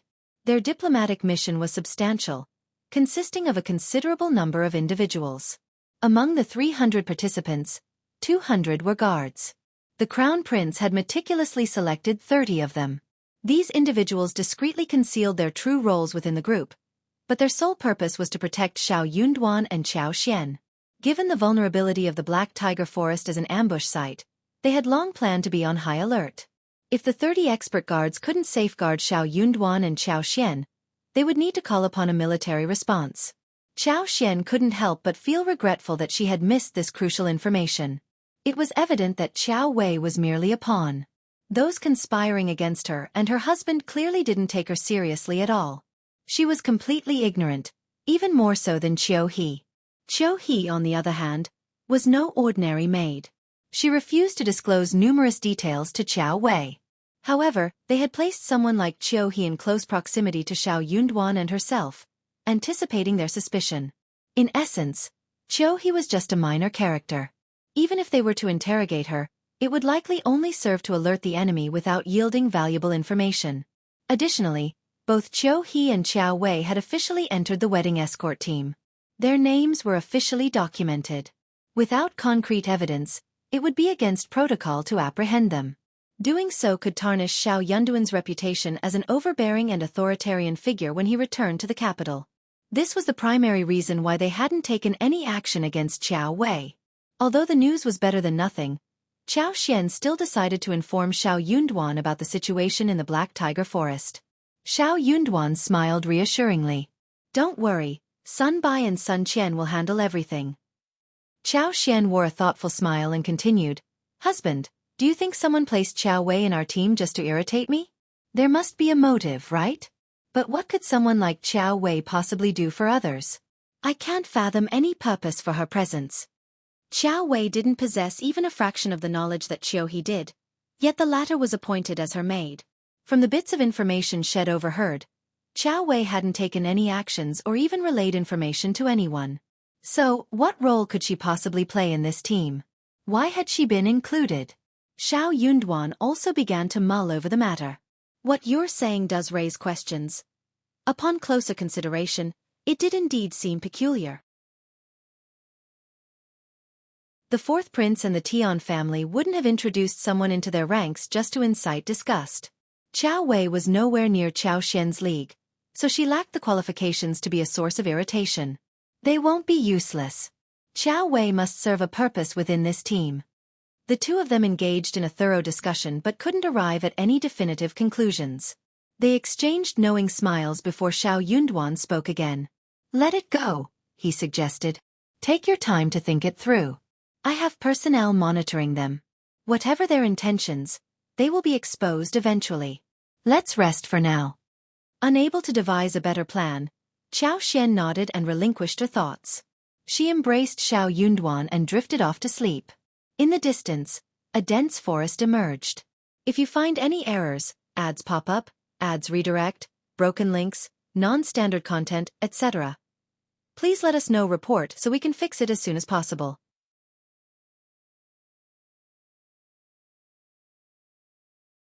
Chapter 1468. Going through the Black Tiger Forest, the verdant trees sprouted from the earth and merged into an endless forest. After half a day of travel, when they were still 5 or 6 miles from the Black Tiger Forest, everyone gazed up and could already discern the dark forest looming ahead. In Qiao Xian's keen eyes, the view was crystal clear. The massive ancient tree stood incomparably tall and was as black as a mountain, exuding an intensely ominous aura. The ambient temperature appeared to have instinctively dropped by a few degrees. This was the Black Tiger Forest, the sole route back to the Great Qin Empire. To traverse it, one needed to cross dozens of kilometers. Although it was only 3 o'clock in the afternoon, no instructions were necessary. Everyone had already halted very deliberately. They had no intention of entering the forest today. They would camp on the outskirts for the night and depart early the next morning. There was no need to push through the Black Tiger Forest in a single stretch. In such an environment, with its complexity and limited visibility, and set within a wilderness that stretched for hundreds of miles, they couldn't predict what dangers might lie ahead. Leaving aside the marauding bandits and thieves on the grasslands, encountering a formidable group of wild beasts could be equally deadly. That night, Qiao Xian, Xiao Yunduan, Sun Bai, and Sun Qian had a restless night. This was an ideal place for an ambush. If the fourth prince and his associates had indeed dispatched operatives, they wouldn't have overlooked this prime opportunity. The next day, the group arose at the crack of dawn. They swiftly prepared a simple meal and packed their tents. These were deftly loaded onto the carriages, and they set out before the sun's ascent. Sun Bai and Sun Qian dispatched 5 scouts to reconnoiter the path. Leading the way was a squad of 50 guards. Over 100 individuals divided into groups to bring up the rear, while the rest of the guards followed the rest of the party. No matter what happens, do not disembark from the wagons unless Yi is present. Remember my words. Xiao Yunduan grasped Qiao Xian's hands and reiterated his warning before they departed. Qiao Xian smiled and nodded obediently. As for whether she would follow his instructions, that would depend on the circumstances. This part of the forest proved exceedingly challenging to traverse, as it saw very few visitors on ordinary days. Even the caravans traveling between Great Qin and Qingdi made only 1 or 2 trips during the period from mid-spring to late summer. Consequently, the rampant vegetation and creeping vines had grown at an accelerated pace. Given the absence of passers-by for an extended period, the path that had been somewhat discernible was now engulfed by the overgrowth. They had numerous carriages in their convoy, and aside from Qiao Xian and her companions, most of them carried an assortment of supplies. Moreover, their journey to Qingdi wasn't a simple one. They needed to bring along some local specialties, particularly precious herbs, gemstones, jades, furs, felt carpets, and more.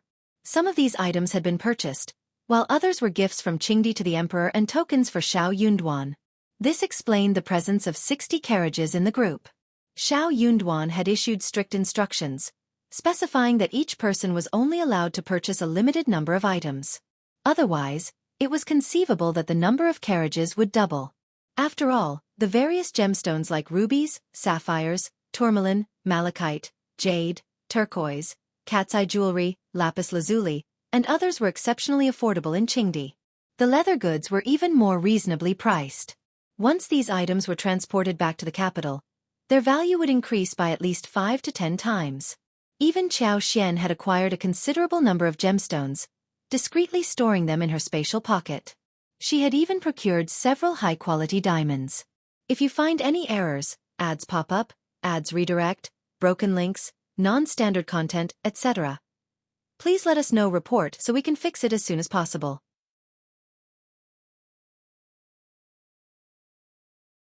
Chapter 1469. Superpower Observation. Not everyone had an easy journey to reach this place, so Xiao Yunduan should not hinder people from making a modest living. However, despite the abundance of resources, the path ahead was far from easy. In many areas, they had to clear a path with machetes, slowing down their progress considerably. The silver lining was that most of the terrain was relatively flat. Even with occasional small elevations, carriages could pass through, albeit with some extra effort. Considering all these factors, this relatively short journey would take a full day to complete smoothly. Everyone was experienced and determined to exit the Black Tiger Forest before sunset. By noon, the group took a break to consume their meager rations and have a few sips of water. Everything continued to progress safely and without incident. Qiao Xian activated her superpower to scan the surroundings, and soon, she detected a group lying in ambush on a rocky slope about 6 or 7 miles away. Qiao Xian's heart skipped a beat. She estimated there were around 40 to 50 people dressed in dark green attire with their legs bound. They appeared fierce and well-prepared. Although they seemed like mountain bandits, their discipline during the ambush was uncanny. No one made a sound, and their actions were controlled. These were not the typical unruly mountain bandits. Even if they were not directly affiliated with the fourth prince, they had some connection to him. Since she didn't pick up any immediate threats, Qiao Xian retracted her power. Using her superpower for information gathering was her most potent ability, but it drained her quickly. With a potential fight looming, she needed to conserve her energy for the right moment, so she couldn't afford to waste it. The team continued to make their way forward, maintaining a deliberately slow pace dictated by the challenging road conditions that hindered rapid progress. Gradually, they reached a rocky slope. The slope was strewn with rugged boulders, and its inclines on both sides were notably steeper than elsewhere. The team planned to traverse the middle path, which extended for about 4 to 5 kilometers. The same wild grass and vines covered the route, forcing them to clear it by removing grass, leaves, vines, and obstacles to ensure the carriages could pass through. As they approached the ambush site, approximately 300 meters away, Qiao Xian activated her unique ability. The tree roots at the top of the slope suddenly swelled, pushing out large rocks that broke free from the ground and tumbled down the slope. Simultaneously, she shook the branches and leaves violently, startling the birds resting on them, causing them to take flight in a cacophonous flurry of wings and cries. The sudden commotion naturally alarmed the intermediate team. Sun Bai promptly raised his hand, and the entire group came to an immediate halt. "Stay vigilant, everyone. Form up and shield Lord and Lady," he commanded. Their response was well practiced, having rehearsed many times for potential danger. Though the situation was tense, the guards swiftly established a protective formation from the outset. The remaining followers quickly regained their composure. Carriage drivers worked with a few others to safeguard the horses, gripping the reins securely and covering the animals' ears to prevent them from panicking and bolting. If you find any errors, ads pop up, ads redirect, broken links, non-standard content, etc., please let us know. Report so we can fix it as soon as possible.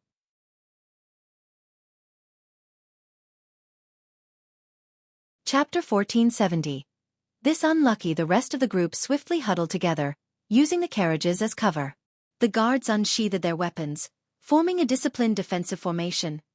The ambushers, dozens in number, cursed their ill luck. What kind of fortune was this? A successful ambush should have capitalized on catching their prey unawares. But now, due to this series of movements and commotions, even if the other party hadn't detected them, they must be on high alert, rendering the element of surprise obsolete. Attack! One can only imagine the shock and frustration coursing through the leader's veins. With a resounding battle cry, he brandished his gleaming machete and led the charge. The others, similarly aggrieved and incensed, joined the chorus of war cries, drawing their weapons and charging forward. Charge! Take them down! Engage! Xianxia once again activated her superpower, causing a few of the attackers to stumble carelessly, tripping over stones or vines in their rush, letting out cries as they tumbled forward. Some fared even worse, colliding with rocks, nearly shattering their knees, tears streaming from the pain. Onlookers, the brothers included, halted in their tracks, bewildered by the scene that unfolded. Wasn't this a bit too clumsy? How could they be so careless? It seemed like an ill omen. The assailants grew even more impatient and enraged. As they charged forth, impatience colored their approach. When Sun Bai, Sun Qian, and their comrades witnessed this formidable horde charging like a pack of wolves and tigers, bellowing and eager for combat, they remained resolute, though not particularly surprised. As they navigated the Black Tiger Forest, their senses remained keen, anticipating that something might occur within its shadowy depths. Now, with the impending threat finally manifesting, they were not only shocked but also felt a sense of readiness. Upon witnessing the charging adversaries, Sun Bai's lips curled into a cold smile, and he bellowed, "Prepare to engage!"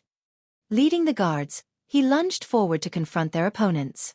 Xiao Yunduan and Qiao Xian occupied separate carriages, necessitating that Sun Bai and the others relay information to him, rendering Qiao Xian's presence potentially inconvenient. Xiao Yunduan disembarked from the wagon and approached Qiao Xian's carriage. "My love, fear not.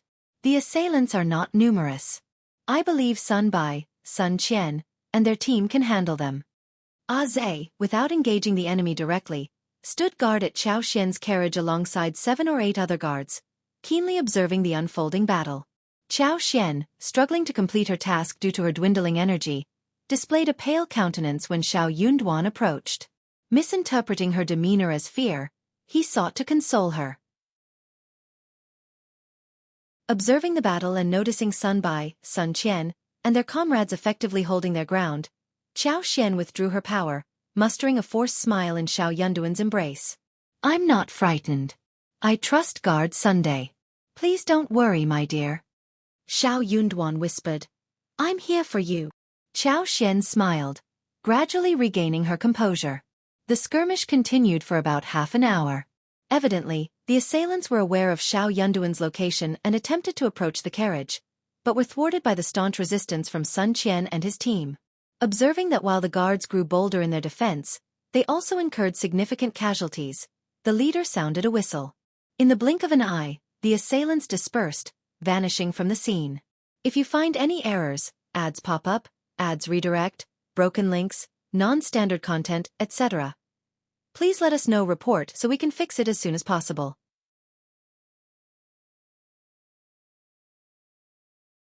Chapter 1471. Ill-intentioned Sun Bai, Sun Qian, and the rest led the effort to clean up the aftermath, tending to the wounded and providing necessary first aid.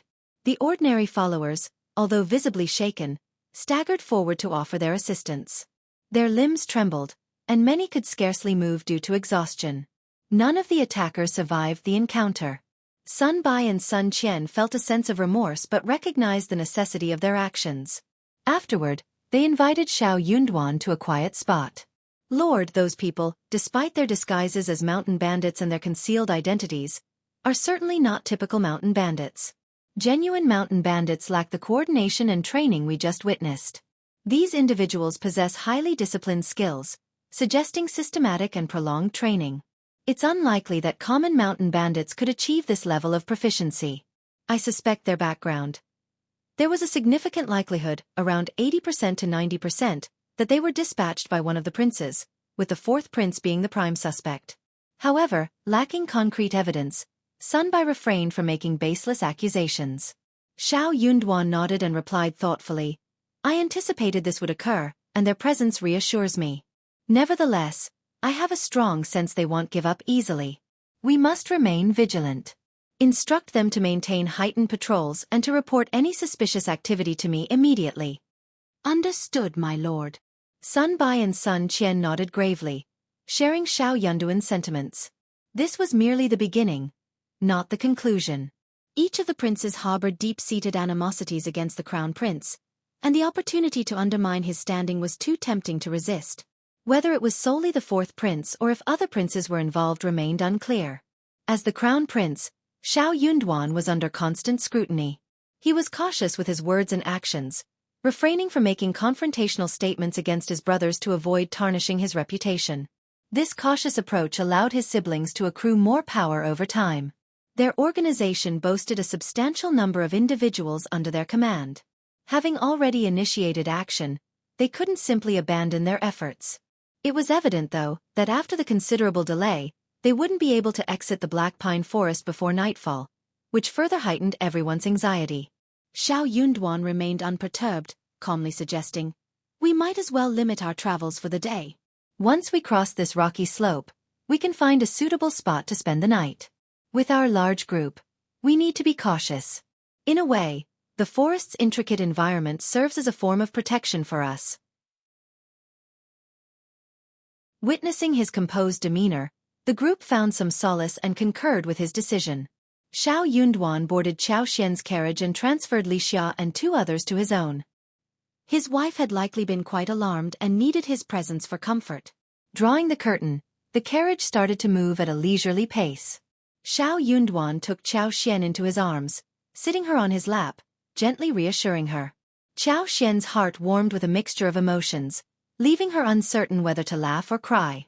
Nevertheless, she felt a sense of pride within herself, understanding the importance of demonstrating her courage and composure to her husband. Xiao Yunduan, seeing her unshaken demeanor, found immense relief. Throughout the journey, everyone remained on high alert and eventually traversed the rocky slope. After covering less than 3 miles, they halted and set up camp.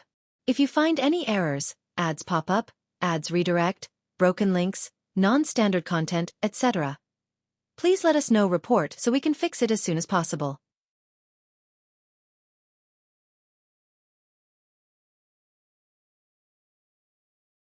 A collective sigh of relief echoed through the camp. They ignited torches to survey the scene and treat the wounded. Numerous ordinary followers were deeply shaken, huddled together in pairs or trios, consoling one another through sobs and discussions. Among the distressed individuals, one woman's screams and cries pierced the night, distinguishing her from the rest. While others cried quietly, she wept with such intensity that she seemed on the brink of screaming to the heavens. This woman was none other than Qiao Wei. During this tumultuous moment, Xiao Yunduan had gone to confer with Sun Bai and Sun Qian. Qiao Xian took it upon herself to console the frightened individuals, assess injuries, and instruct Li Xia and Li Qiao to prepare the necessary medicines. Upon hearing Qiao Wei's anguished cries, Qiao Xian furrowed her brow and summoned Mian Mian, saying, "Let's go see what's happening." Mian Mian acknowledged the command, and Yi swiftly trailed behind. When they arrived at the scene, a crowd had gathered around Qiao Wei. As Qiao Xian approached, the crowd dispersed, making way for her. "Madam Xiao, if you find any errors, ads pop up, ads redirect, broken links, non-standard content, etc., please let us know. Report so we can fix it as soon as possible."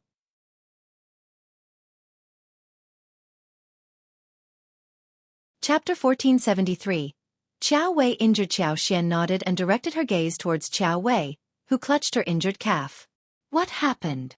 Qiao Wei shot her an angry glare and retorted icily, "Can't you see for yourself?" "I'm injured." Qiao Xian gave an incredulous glance to those present. "You may leave now, lend your assistance wherever necessary, and retire to rest once you're finished. We still have a morning journey ahead of us."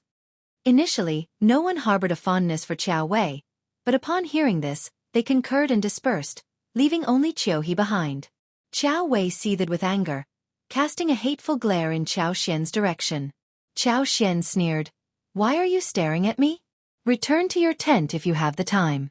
You're not the sole person injured, and yet, you're the only one making a scene. Miss Qiao, Are you concerned that others might not notice your fine singing voice? Qiao Wei's face flushed with anger and she snapped. I was bitten by a wolf on my leg. I was bitten by a wolf. Observe it for yourself. The wolf's bite had nearly frightened her to death, and her leg had bled profusely. At the time, she believed she might face death or be left with a permanent injury. Fortunately, the two guards managed to eliminate the wolf in time. Despite this, the wound on her leg remained substantial, causing excruciating pain that left her incapable of withholding her cries. Xianxia was taken aback and shifted her gaze to Qiao Wei's leg. She observed the blood staining her dress. The darkness of the night obscured the wound, which Xianxia wouldn't have noticed without Qiao Wei's remark. Qiao Wei's sobbing grew louder. Xianxia cast a stern look at Qiao and spoke coldly. Your mistress is injured, yet you stand here motionless? How callous! In that case, you needn't serve her any longer. Leave.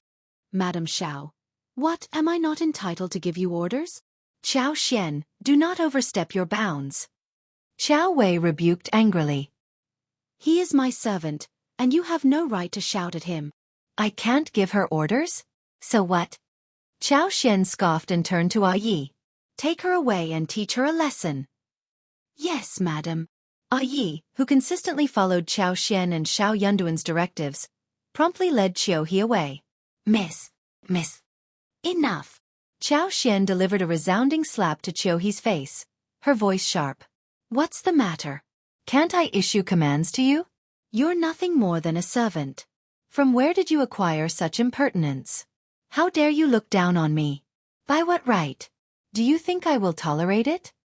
Qiao, covering her stinging cheek, felt an overwhelming mix of humiliation and anger. She lowered her head and refrained from making any further noise. With no alternative, she bowed her head because she served Qiao Wei. Xianxia was prepared to scold her and even strike her, leaving her with no room to resist. Qiao Wei stood in stunned silence, quivering with rage. Were it not for her excruciating leg pain rendering her immobile, she would have risen to confront Xianxia in a brawl. No one treated others in such a degrading manner. What's the meaning of this? In merely providing your insubordinate servant with a lesson, Xianxia jeered. There's no need to thank me. Yi, escort her away. Yes, let's go. This time, Qiao didn't dare to resist and cast a desperate plea towards Qiao Wei. However, Qiao Wei merely fixed a glare on Xianxia and chose not to utter a word. She was well aware that Xianxia had no intention of giving her any face. Would saying anything change Xianxia's mind? Xianxia was merely seizing an opportunity to ridicule her. Why should she demean herself? Why hadn't this wretched woman been eliminated during the daytime assassination? The attackers were completely inept. If you find any errors, ads pop up, ads redirect, broken links, non-standard content, etc., please let us know. Report so we can fix it as soon as possible.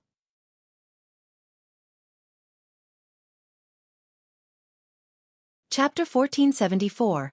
On purpose. Xianxia instructed Mian, retrieve the medicine.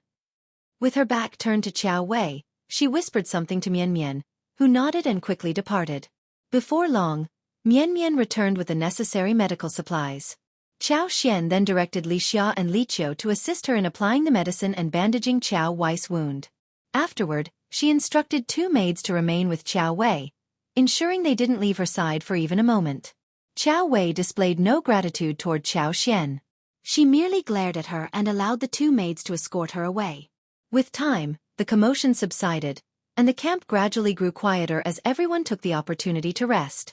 Shortly thereafter, Xiao Yunduan returned to their tent, shared by him and Xianxia.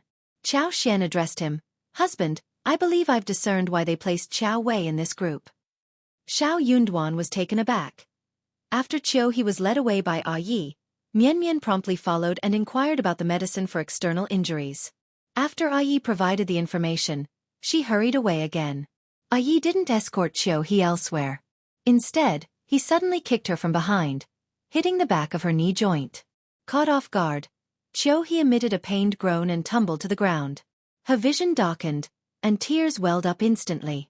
Suppressing the pain in her chest, she clenched her teeth and lowered her head. Madam has instructed you to kneel here without moving. You'll remain kneeling throughout the night. Should I catch you slacking off, you'll continue kneeling the following night and the one after that. Gritting her teeth, Qiao he retorted. Madam has gone too far. I still need to return to serve our Mississippi. Yi snorted and maintained his silent vigil, eyeing her intently. However, his silence did not signify agreement with her words. Qiao he seethed internally, cursing the peculiar individuals surrounding Qiao Xian. Especially Yi, who appeared foolish and guileless, as though he were easy to deceive, when in fact, he was anything but. Yi couldn't be bothered to engage with them. Even when they tried to strike up conversations with him, he remained utterly silent, no matter what they said. This time it was no different. Her vehement protests seemed to fall on deaf ears, as if they had automatically muted themselves. Nonetheless, Qiao he was well aware that if she dared to make a move, he would unquestionably kick her again.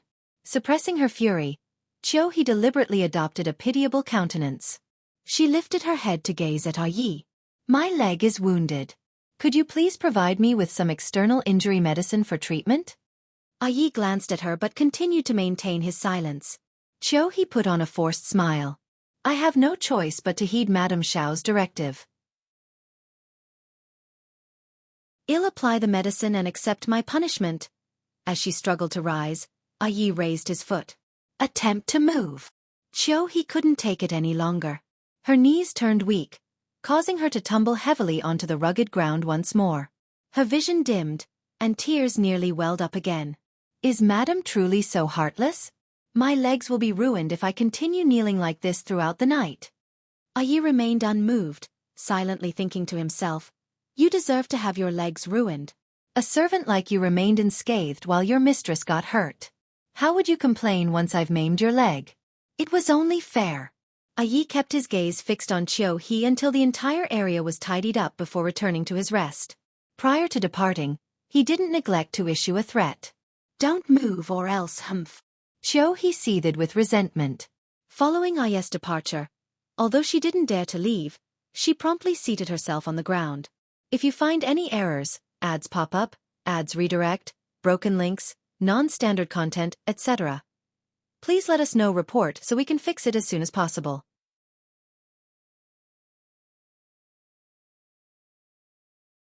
Chapter 1475. Torment. Qiao he gently massaged her knee, feeling the pain intensifying. Undoubtedly, her external injury was not trivial. However, she didn't have any medical supplies on her, but there was some external injury medicine in the carriage. Qiao he scanned her surroundings and signaled a guard to approach. She beseechingly asked for some external injury medicine. The guard glanced at her and tossed a bottle of medicine her way. Overflowing with gratitude, Qiao he hastily applied the medicine. The mountain night was chilly, with temperatures a few degrees lower than elsewhere due to the extensive forest. Qiao he trembled as she discreetly requested an additional cloak. Though not as cozy as being wrapped in intense blankets, it would at least provide some defense against the cold. Shivering, she remained huddled in a ball throughout the night. The following morning, she was jolted awake by a sudden searing pain. Yi had kicked her wounded leg. In a daze, she yelped and snapped awake. You! Yi declared. Madam ordered you to kneel throughout the night as a punishment for your negligence. Is this how you regard Madam's commands? You don't seem to take Madam seriously at all. I'm wounded, and it's cold here. I dozed off because I wasn't vigilant. Please have mercy. Qiao he knew that her wound must have reopened. Even if it was just a superficial wound, she couldn't predict how many days of torment lay ahead. Nevertheless, she was the one at fault and couldn't afford to challenge Yi in any way. All she could do was admit her mistake. Her humiliation was quite profound. Yi uttered. Madam expects you to return to your mistress. She anticipated your dishonesty and instructed you not to apply any more medicine or to take any. Kneel obediently in the carriage. If you defy her once more, I'll shatter your legs. Qiao he was stunned, her scalp prickling in apprehension. If Yi stated that he would break her leg, he would undoubtedly follow through with it. He wasn't one to be careless in his threats. Understood. Qiao he hobbled toward the carriage, feeling miserable. Each step she took was filled with excruciating pain. She privately cursed Yi for being exceedingly ruthless. In her current condition, she couldn't help but wonder how long it would take her to recover. Upon her return to the carriage, She was surprised to see 2 maidservants attending to Qiao Wei. Frowning, she said, "Our miss doesn't need you to serve her. Please." The 2 maidservants exchanged glances but remained unmoved. "Madame Xiao instructed us to be here." "Yes," Madame Xiao emphasized that we must not leave without her consent. He seethed and glanced at Qiao Wei. Qiao Wei furrowed her brows slightly but said nothing. He was clearly limping and in no condition to take care of herself. Her leg had yet to heal. Bearing her anger, He eventually climbed into the carriage, her wounds screaming with pain. She allowed the 2 maidservants to help her, but they paid her no mind. Instead, they confidently stated, "Madame Xiao sent us here to look after Miss Qiao. They were not here to serve her." He was seething with fury. Early in the morning, everyone continued their journey at a slow pace. Regardless of He's pleas for assistance, the 2 maidservants paid her no heed. Instead, they began to supervise her, insisting that she kneel and accept her punishment. She finally comprehended how Qiao Wei had felt when Qiao Xian had constantly scolded her. It was deeply frustrating, but she had no choice but to endure it. He responded indifferently, feigning as though they no longer existed. It was just kneeling, after all. She would endure it. She knelt for a prolonged period. Having endured the torment outside throughout the night, she had caught a cold and suffered the effects of Ice kicks. Her external injuries were substantial. Moreover, she couldn't pretend to kneel under the watchful eyes of the 2 maidservants. In less than half a day, she fainted. If you find any errors, ads pop up, ads redirect, broken links, non-standard content, etc., please let us know. Report so we can fix it as soon as possible.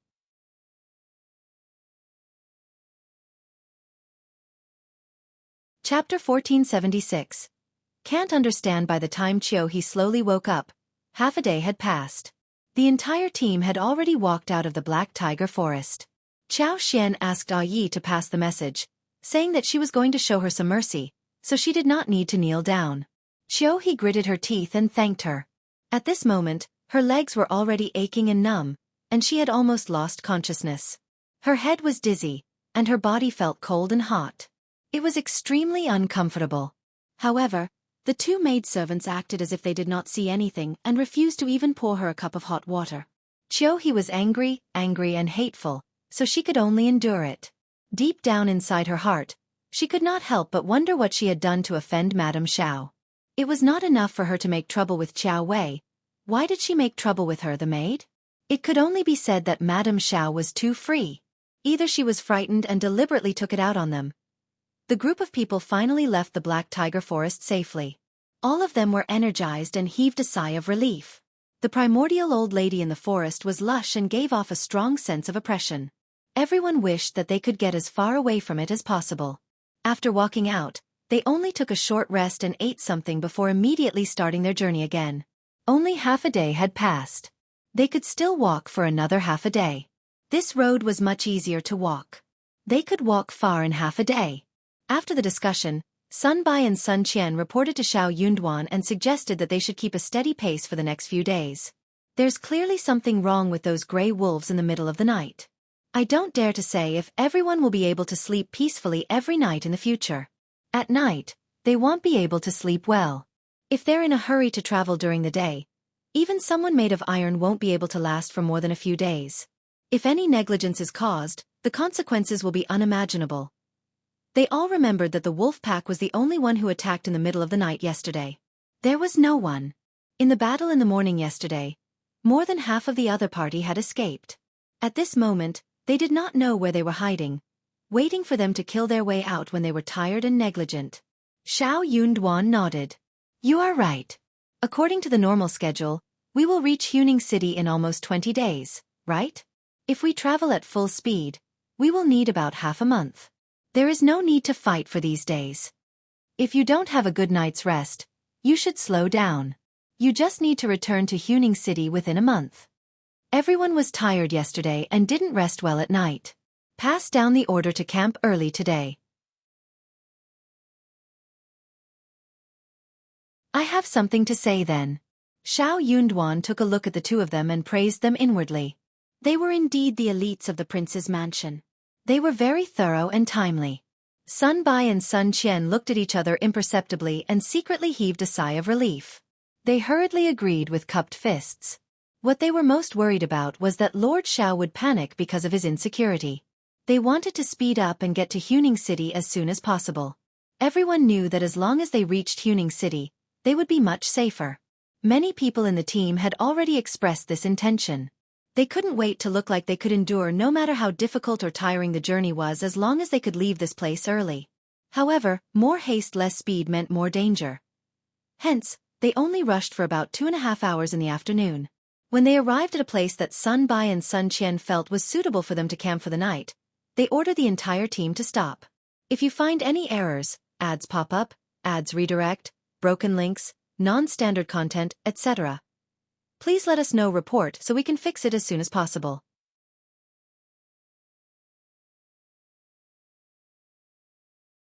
Chapter 1477. Slow down as expected. This attracted a lot of dissatisfaction. What? It stopped just like that? Yes, it's too early. It's still early. We can walk for at least another 3 hours. Wouldn't it be better to speed up and go home as soon as possible? Yeah. Xiao Yunduan gathered everyone together. He was not sure if there were any spies of the fourth prince here, so Xiao Yunduan did not tell them the truth. He just said that it was better to stop and take a rest to prevent them from getting tired. It would be easier for them to travel if they had enough energy. Most of the people could not accept this reason. Xiao Yunduan had always been a gentle man, and his eagerness to go home had emboldened them. Some people could not help but raise their heads, and many people agreed with them, asking them to hurry up. Xiao Yunduan consoled them patiently, saying that it was for everyone's own good, so that they could have a good rest so that they would not feel uncomfortable on the road. There was no need to worry. Sun Bai and Sun Qian did not say a word. They stood there with indifferent expressions, but in fact, they were watching coldly from the side. Their shrewd eyes swept across everyone without batting an eyelid. From today onwards, those who spoke the most actively and were the most provocative would be watched by their trusted aides. Xiao Yunduan was going to cooperate with Sun Bai and Sun Qian, so he talked with them for a long time. When Sun Bai and Sun Qian signaled him with their eyes, he turned serious and said in a low voice, "I am responsible for you, and I don't want you to come back to Huning City with a dirty face. That is unacceptable. I have made up my mind. Don't say anything more. Hurry up and go to work. Set up camp early to cook and rest early. Everyone, disperse." With that, he turned around and left without caring if they had anything else to say. Everyone looked at each other and could only leave dejectedly or unhappily. They went to work. Qiao Xian was waiting for Xiao Yunduan with a smile. They looked at each other and smiled. Xiao Yunduan was very pleased. He took her hand and said softly, "It will take a long time on the way. You look like you are in danger, but in fact, you are saving your strength in case you are attacked. Don't worry, my wife, I have arranged everything." Qiao Xian nodded with a smile. "Husband, you don't have to explain to me. You have your own reasons." Xiao Yunduan smiled. How nice it would be if everyone was as reasonable as his wife. In the middle of the night, another crazed wolf pack came to harass them. This time, there were not so many, only 20. Even so, in the middle of the night, it caused a huge commotion in the camp. Fortunately, there were no casualties. The next day, they still found a suitable place to set up camp early in the morning. That night, they did not encounter any more accidents. However, there were crazy wolf packs attacking at night for 2 consecutive nights.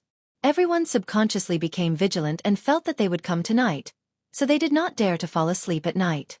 On the night of the 3rd day, Qiao Xian secretly used her superpower and extended it to 5 miles away from the camp. That night, more than 10 wolves tried to attack the camp. But before they got close, Qiao Xian used her power to mutate the vines and strangled them all to death.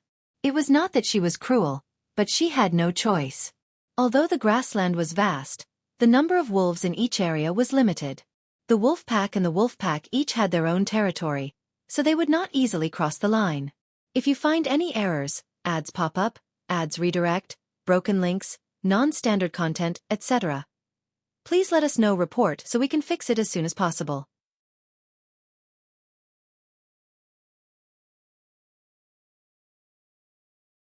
Chapter 1478. Superpower. It was impossible for the other party to always find so many wolves to cause trouble. The fact that there were fewer of them each time was a good indication of the truth. If there were more tomorrow night or the night after, it would definitely be even less. Moreover, in a few days, there would definitely not be any more.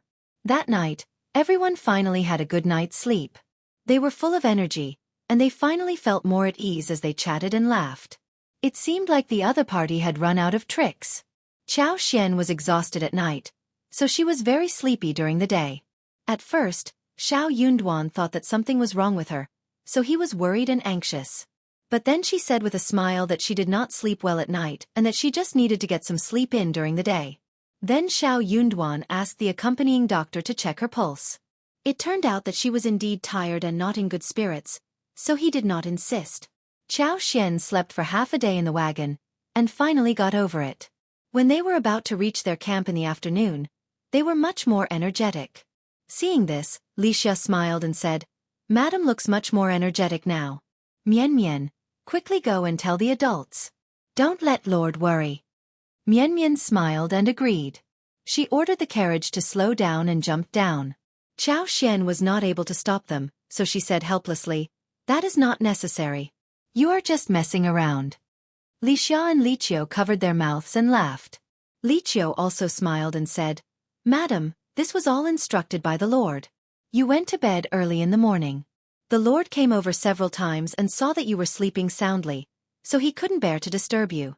That's why he specially instructed you. The Lord is taking good care of you, madam." "True." Xiao got slightly startled. So she had slept for so long? She only knew that she had a very deep and comfortable sleep, but she had not expected that she would fall asleep during the whole day. A few moments later, Xiao Yunduan rode a horse over and called her through the curtain. Xiao lifted the curtain and smiled at him. "Husband." Xiao Yunduan smiled and looked at her up and down. "You look much more energetic. You must be tired." As she spoke, she felt a little guilty. Over the past few days, she had probably been frightened a lot. Although she did not show it on her face, when he comforted her, she was still smiling and comforting him instead. However, how could he not be afraid? Xiao Yunduan sighed inwardly. Thinking about how there were still so many days to go, he couldn't help but say some comforting words. They chatted for a while and Xiao Yunduan left when someone came to look for him. After traveling for less than half an hour, they stopped and set up camp. At this time, it was about 4 in the afternoon. In this place where the sky turned dark much later than in the capital, there were at least 4 hours before it turned dark. Qiao was full of energy and felt refreshed, so she went to find trouble with Qiao Wei. Qiao Wei's injury had been tampered with by Qiao, and she was recovering very slowly. Qiao He's leg had been kicked by Yi, and the medicine was not very effective either. These days, the two of them had been very low-key and kept a low profile. As soon as Qiao arrived, Qiao Wei got startled and stared at her. Qiao snorted. "I am just here to see how Miss Qiao is doing. Please get well, or we will be dragged down." You didn't do it on purpose, right? You. The veins on Qiao Wei's forehead throbbed as she gritted her teeth. "Qiao, don't push me too far. If you find any errors, ads pop up, ads redirect, broken links, non-standard content, etc. please let us know report so we can fix it as soon as possible."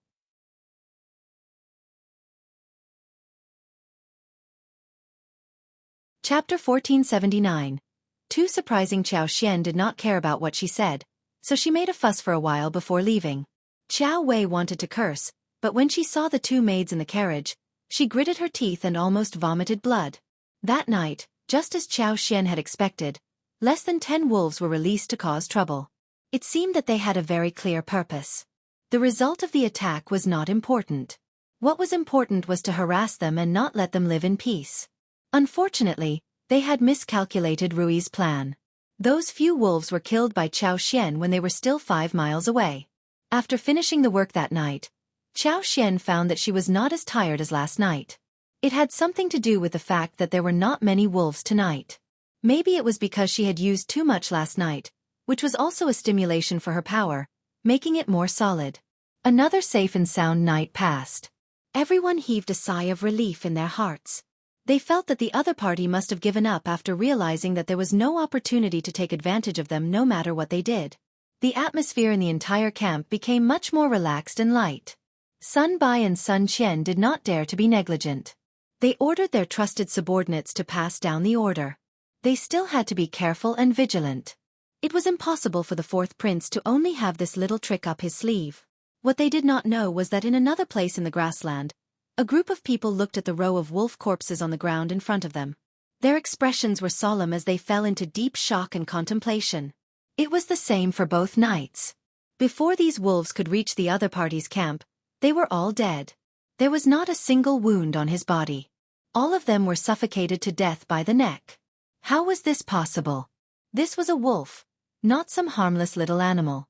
Moreover, they had fed them medicine that would make them irritable and irrational. If they wanted to kill them, they could only fight them head-on. No one could strangle them so neatly. However, such a thing had really happened. There were more than 30 of them, so there was no way they could be wrong. What the hell is going on? Strange, too strange. This. How did they do it? What kind of method is this? It's too terrifying. The group of people were bewildered. They discussed and discussed, but in the end, they could not come to a conclusion. They did not believe it. They still had the last group of wolves that they had hired someone to capture. There were 36 of them. They had originally planned to release them 3 nights later to harass them, but now they had changed their minds. They would release them all that night and send 7 people to follow them to investigate. They had to find out what was going on. So this night, Qiao Xian not only found the wolves, but also the people following them. Those people must have realized that those wolves had died abnormally. They wanted to see clearly. Fortunately, only 7 people came. It was obviously impossible for 7 people to keep an eye on more than 30 wolves. Qiao Xian's superpower had reached a level where she could control her power freely. Also, it was very dark at night, and the grass was very lush at this time of the year. She could always choose their blind spots to attack, and soon, 7 or 8 wolves died silently. When someone noticed the dead wolves and ran over to take a look, the others joined them as well. While they were looking at each other, Qiao Xian took the opportunity to strike, using her superpower to take down another 7 or 8 wolves before they could see them. If you find any errors, ads pop up, ads redirect, broken links, non-standard content, etc., please let us know. Report so we can fix it as soon as possible.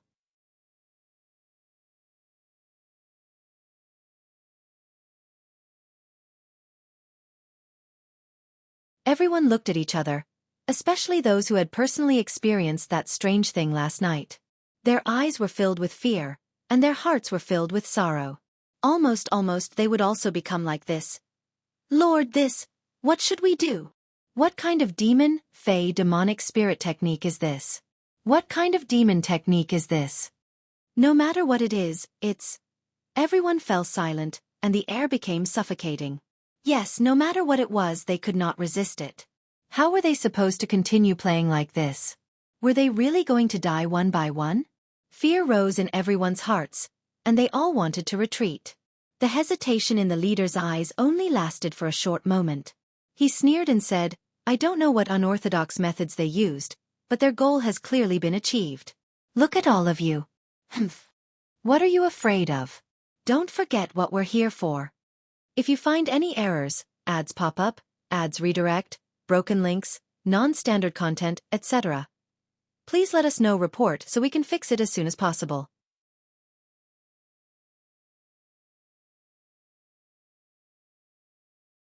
Chapter 1481.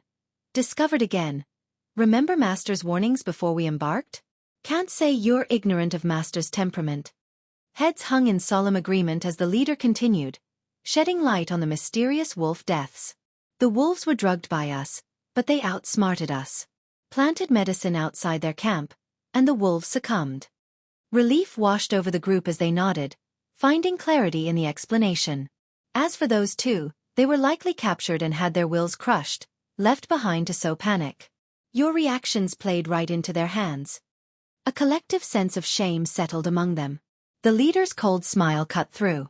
Don't buy into their schemes. Prepare yourselves. Tonight, we infiltrate and eliminate Xiao. Yes. That night, over 30 people stealthily approached Xiao Xian, Xiao Yunduan, and the others. However, Xiao Xian detected them 5 miles away. With time being of the essence, Xiao Xian couldn't afford to let her guard down. Sleep during the day, vigilance at night, every moment counted. Surprisingly, her superpower became more potent and concentrated with each stimulation. A delightful revelation amidst the tension. Tonight, a substantial number of skilled individuals, clad in nocturnal attire, silently moved with expertise. Their potential intrusion posed unimaginable consequences. Xiao Xian, however, smirked internally. Without hesitation, she employed her superpower, setting the campstones in motion, causing grass and leaves to tremble violently. This anomaly swiftly captured the attention of patrolling guards. Birds resting in the distance took flight, their alarmed cries piercing the night air. Chilled to the bone, the gods shouted, "Be on guard! Be on guard!"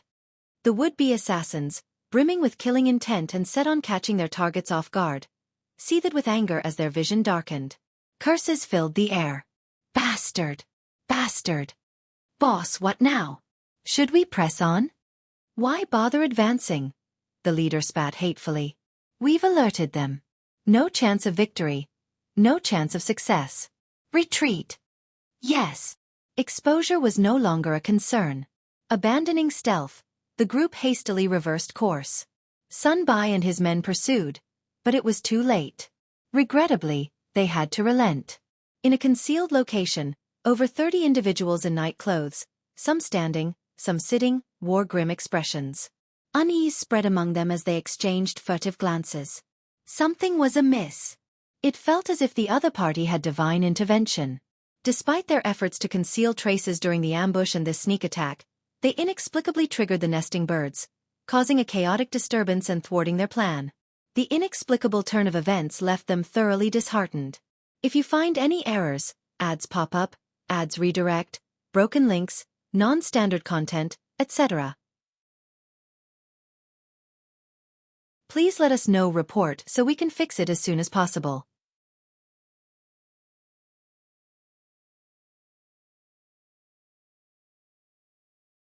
Chapter 1482. Could there be a spy? They were all elite individuals handpicked by the fourth prince, capable of taking on 10 opponents solo. Whether in martial arts or strategic thinking, they excelled.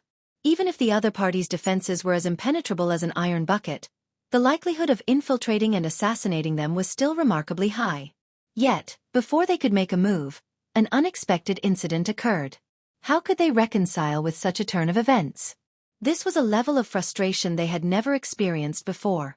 Boss, could there be a spy among us? How else could this be so coincidental? The mere suggestion sent shockwaves through the group. The revelation hung in the air, prompting furtive glances and silent suspicions among them. Each member couldn't help but wonder if someone among them was a double agent. The leader felt a chill in his heart, eyeing everyone with suspicion. He was not one to believe in chance or luck, and the idea of a traitor seemed to provide a more plausible explanation. Yet, identifying the mole was no easy task. None of them appeared to be a likely suspect. Despite being trusted aides of His Highness, the unpredictability of the human heart left room for doubt. If there's no evidence, refrain from baseless accusations, the leader warned, though internally he pondered. Could the accuser be deflecting attention from their own guilt? Despite the suspicion, immediate action seemed inappropriate. The priority now was to uncover the mole.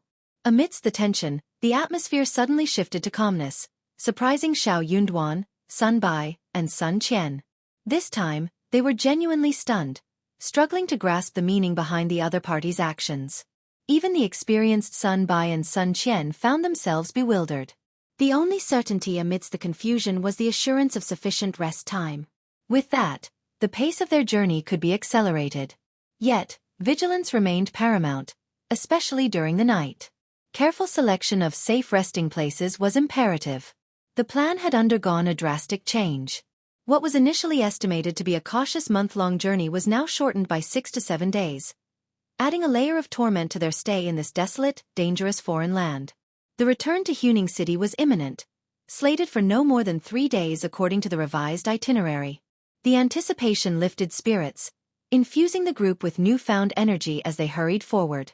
Each evening, During their camp setups and rests, small groups convened to passionately discuss plans for their return to Huning City. The prospect of relaxation and rest fueled their eagerness to hasten the journey. That night, they camped on a small hill, enjoying a broad field of vision with their backs against a weathered stone wall. As they neared Huning City, the scarcity of trees made ambushes difficult, contributing to a subconscious sense of relaxation. Amidst the eagerness to return home, a lapse in attention became inevitable. Little did they anticipate that their proximity to Huning City would almost lead to their demise on an otherwise ordinary night. Accustomed to extending her superpower's range to 5 miles, Xianxia ensured constant vigilance over the surroundings, keeping everyone safe. In the early morning haze, the thunderous sound of approaching horse hooves startled Xianxia, prompting her to instinctively retract her superpower. If you find any errors, ads pop up, ads redirect, broken links, non-standard content, etc., please let us know. Report so we can fix it as soon as possible.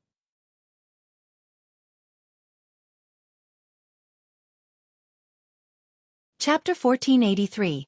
Besiege. Xianxia was disoriented by the earth-shattering noise. Before she could react, a piercing whistle echoed through the intermediate camp. In swift succession, Sun Bai, Sun Qian, and others shouted, "Enemy attack! Quick! Prepare to defend! Hurry up!" Under the leader's commands, the guards swiftly armed themselves and assumed their positions. The ordinary followers, engulfed in chaos, were left unattended as everyone focused on the impending threat. Cavalries approached with lightning speed, catching Xianxia off guard. In the blink of an eye, they were upon her. Charge! Kill! The thunderous battle cries sent shivers down spines. Horses neighed, hooves raised dust, and a formidable group of at least 100 warriors brandishing bright sabers and long swords charged forward with deadly intent. The ground quivered. Fire! Fire! Fire! Both sides issued the order simultaneously. Arrows hissed through the air, intertwining like locusts, and sharp, cold arrowheads aimed straight for their targets. The camp descended further into chaos, with a cacophony of screams and cries filling the air. Xianxia, with a pale face, stood amidst the chaos, flanked by Wuxia, Qiao, and Mian, while Yi took a sturdy stance in front of them. Xianxia activated her superpower, using roots to trip the oncoming horses. The galloping horses, too fast to evade, succumbed to the trap. Dozens of them knelt down, unleashing screams and neighs, tossing some riders off in the process. In the blink of an eye, dozens of horses fell in a spectacular scene. Get off the horse! Get off the horse! Charge forward and kill! The opposing party was clearly caught off guard by the unexpected turn of events. Seeing the inevitability of the battle, Sun Bai, Sun Qian, and the others seized the opportunity. As the opposing horses collided and chaos ensued, Sun Bai waved his hand and commanded, "Team 1, Team 2, Team 3, follow me and fight our way out. Archers, get ready. The rest of you, hold your positions. Brothers, charge." Sun Bai leaped into action, his long sword moving like a meteor. He stabbed an opponent in the chest, kicked them away, and swung his sword with lethal precision. The leader, with a single eye glaring fiercely, raised a bright saber and slashed at Sun Bai. Both sides plunged into a chaotic battle. Saber light and sword shadows scattered in every direction. The sharp clang of weapons colliding sent tremors of fear through onlookers. Screams and grunts punctuated the chaos, and blood splattered, turning the ground red. Some fell, never to rise again. Xiao Yunduan and a few guards gathered the ordinary servants in designated spots, quelling their panic. He turned to look at Xianxia, their eyes meeting. Xianxia waved at him with a reassuring smile, and Xiao Yunduan felt a sense of relief.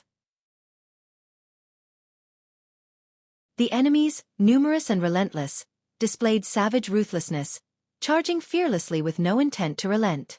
The two sides clashed in a tumultuous battle, locked in an unyielding struggle. The chaos prevented Xianxia from effectively using her superpower. Unable to accurately target anyone, she could only fret internally. At this rate, a solution seemed elusive. If you find any errors, ads pop up, ads redirect, broken links, non-standard content, etc., please let us know. Report so we can fix it as soon as possible.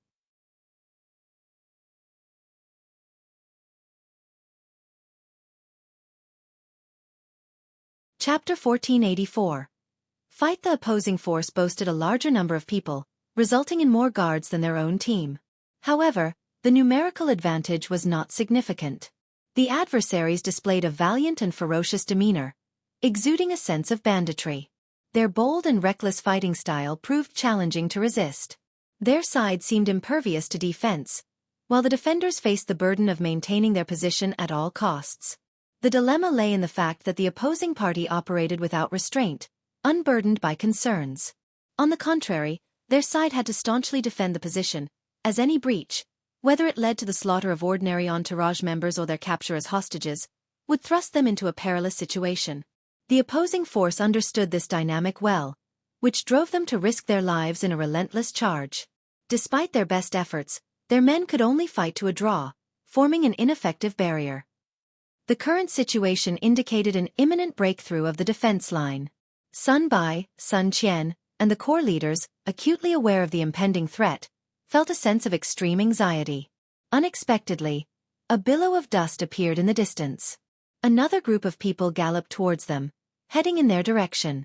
Judging by their speed, they would likely reach them in an instant. It was evident that their numbers were significant. Sun Bai and Sun Qian exchanged a glance, understanding each other's thoughts. Let ye escort the lord and madam to safety. Rally our brothers, and we'll fight our way out. Everyone, flee for your lives. Our fate depends on luck. Let's do it. Bitterness and heaviness weighed on them, but this seemed to be the only viable course of action. Their unwillingness was palpable. Just a couple of days away from reaching Huning city, yet now faced with the prospect of death on the grassland. Who would willingly accept such a fate? The ruthlessness and lack of scruples displayed by the fourth prince, colluding with grassland bandits to orchestrate this attack, caught them off guard. These were no ordinary bandits. The moment the fight began, Sun Bai, Sun Qian, and others could discern their true nature. Sun Bai shouted, forcing his opponent to retreat with his long sword before swiftly heading towards Xiao Yunduan. The approaching smoke and dust signaled the imminent arrival of reinforcements. The ground trembled, and the distant hooves' faint neigh echoed. Time was running out. A decision had to be made instantly and acted upon without delay. Xiao Yunduan promptly rejected Sun Bai's suggestion. Let ye escort my wife and his childhood friend. Can't you all protect me? Naturally, he stood by their side. But, no buts. If I go with my wife, we become an easy target. They'll relentlessly pursue us. However, if we separate, they'll chase after me individually, relieving some pressure. Those pursuing Qiao Xian would find no success against the thunder god's speed. Yi, endowed with strength and martial prowess, alongside his intelligent wife, held a high chance of escaping danger and returning to Huning city. The decision was made, and Xiao Yunduan asserted, it's settled. You organize the men to break through, and I'll talk to her. If you find any errors, ads pop up, ads redirect, broken links, non-standard content, etc., please let us know. Report so we can fix it as soon as possible.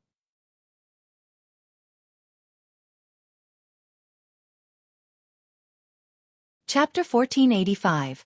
Prepare to escape. Sun Bai stood there, momentarily speechless. Frowning, he sighed, then stomped his feet to carry out Xiao Yunduan's orders, organizing the servants. Taking hold of Qiao Xian's arms, Xiao Yunduan whispered urgently. Qiao Xian was taken aback. There's no time. Tell Yi to prepare. You'll charge forward shortly. Sun Bai will arrange cover for you. Don't worry. It'll be fine. Sun Bai and the others can protect me. I'll take Li Xiao and the rest, but whether they make it out depends on luck. Xiao Yunduan couldn't offer guarantees in such dire circumstances. A lump formed in Qiao Xian's throat. Her bond with Li Xia and the others ran deep, and she couldn't leave them behind. But to Xiao Yunduan, they were merely servants. Had it not been for him, Xiao Yunduan wouldn't have given them special attention. Today's unforeseen events surpassed their expectations. The chances of escape hinged on life itself. Suddenly, Qiao Xian had an idea. She held on to Xiao Yunduan and said, Husband, it might not be an enemy. It could be one of us. Xiao Yunduan was startled. Quickly, Qiao Xian smiled and continued, I don't believe they're enemies. They don't need to approach in two separate groups. If they truly belong to our side, wouldn't it be better to combine forces and attack simultaneously? Don't forget, we're close to Huning City, with numerous garrisons within 100 miles. Who's to say? Xiao Yunduan's eyes flickered as he began to consider. Qiao Xian chuckled. Shall we make a bet? She gazed at him with bright black eyes, a faint smile gracing her red, full lips. The curve of her eyes and the flicker within spoke of her confidence and brightness. Xiao Yunduan couldn't help but be excited by her words. What she suggested made perfect sense. With that in mind, he decided to take the gamble. Even if they lost, there would still be time to escape later. Having Sun Bai, Sun Qian, and Yi by their side made the couple's escape a manageable task. For the others, escaping now would likely result in heavy casualties, and the outcome wouldn't differ much if they waited. On the other hand, if the bet proved correct, there would be no need for anyone to escape, and no harm would befall them. The gamble seemed too favorable to pass up. Xiao Yunduan erupted into laughter. All right, let's take the gamble. You've always been lucky, and I trust you. Qiao Xian smiled. We are both lucky. The couple exchanged grins. Xiao Yunduan immediately sought out Sun Bai. Sun Bai was taken aback by his words, contemplated it, and eventually agreed.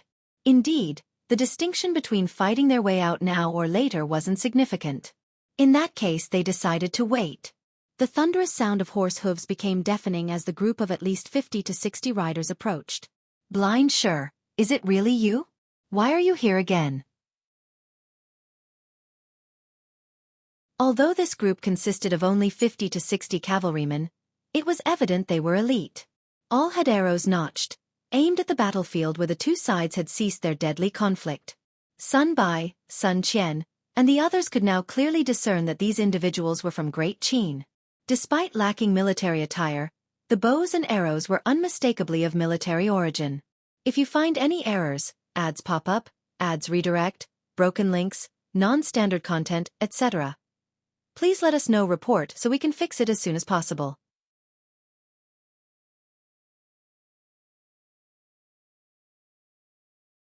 Chapter 1486. The result of the gamble. Additionally, these horses were impeccably groomed, a standard not found anywhere outside the military. In contrast to Blind Sure and his companions' mounts, which varied greatly. Sun Bai promptly cupped his fists and declared in a resounding voice, "Brothers, we are escorting Princess Xiangfu and the Prince of Qingdi's wedding envoy team. For some reason, we find ourselves besieging and attacking these bandits. Please assist us. We will surely repay your kindness after this." The opposing group appeared startled, gasping as they regarded them with curiosity. Xiao Yunduan rose and offered a respectful salute. "Thank you so much." Blind Sure, in apparent distress, feigned composure. He spat and declared fiercely, "How would I know who they are? I just aim to relieve them of their riches. Unluckily for me, it seems my fortunes have run dry. Let's go." With a shout, he leaped onto the nearest horse, clamping his legs together and smacking the horse's hindquarters twice with the hilt of his knife. The horse whinnied in pain and galloped away.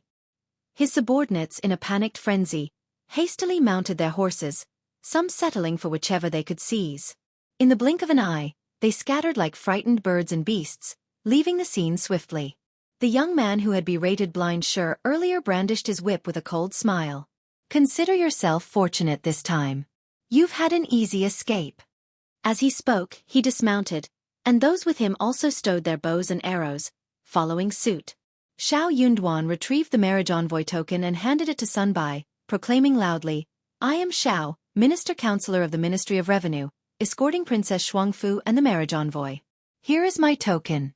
May I know how to address you?" It wasn't merely a matter of formalities but also a means to confirm their identities. Xiao Yunduan also requested the same from the opposing party. Given the unfamiliarity between the two sides, uncertainties lingered. What if they were deceived? What if the other party, seemingly weak, was actually in league with Blind Sure and his accomplices? In this unfamiliar terrain, Xiao Yunduan couldn't afford to be careless. Sun Bai, holding the token, led a few personal guards forward, taking the initiative to request verification from the other party, displaying a commendable sincerity. The man burst into laughter, a blend of amusement and surprise evident in his tone. Lord Xiao, your reputation precedes you. I am Meng Wanfu, the general stationed at Baiming Pass, 40 miles northeast of Huning City, bestowed with the title of Longhu General by the Emperor. Yesterday, I led my men out of the city for a hunt and unexpectedly crossed paths with you. Lord Xiao, rest assured, from this moment on, all of you are safe. Galloping across the grassland with his cavalry, Meng Wanfu moved considerably faster than Xiao Yunduan's gradual journey.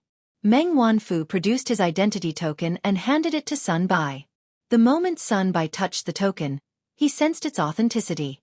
Delighted, he returned the token to Xiao Yunduan. Sun Bai recognized Meng Wanfu, a rising star in the military. Without a prominent background, he relied on his boldness to make a name for himself. Known for suppressing bandits in the northern region, he once single-handedly thwarted a Beihu ambush on a town, saving over 1,000 lives. This feat earned him the title of a fourth-grade general. Blessed with subsequent successes, he received 2 significant promotions. In a moment of joy, the emperor granted him the title of a third-rank Longhu general. Lacking strong affiliations, Meng Wanfu became a subject of clandestine scrutiny, with various factions attempting to secure his allegiance. However, none dared to be too overt in their efforts. If you find any errors, ads pop up, ads redirect, broken links, non-standard content, etc., please let us know. Report so we can fix it as soon as possible.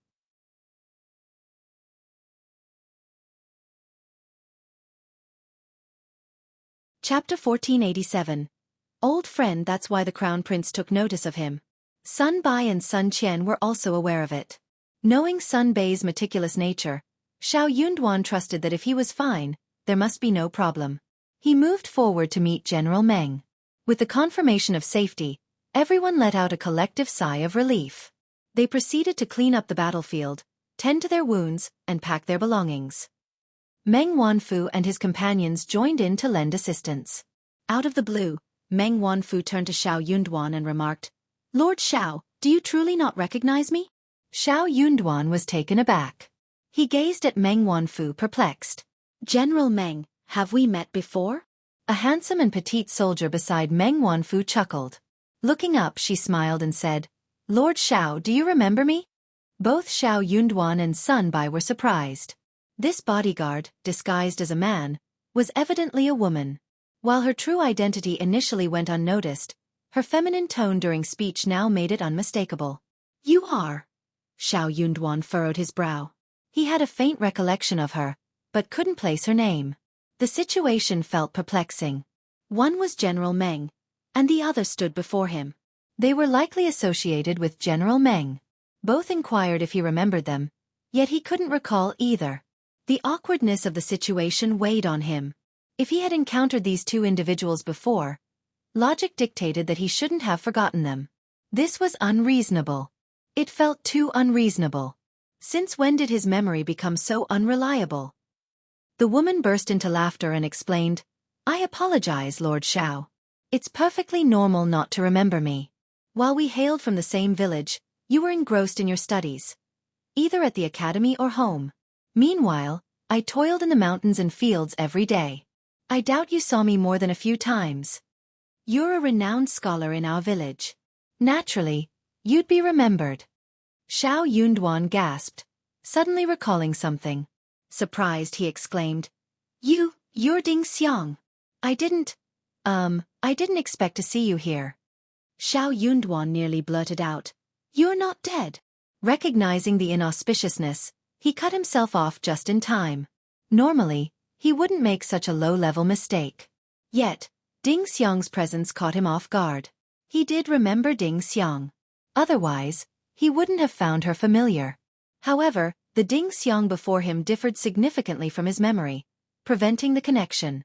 The magical and unbelievable nature of this world left him dumbfounded. Ding Xiang joined Meng Wanfu in hearty laughter. "I never imagined Lord Xiao would recall me."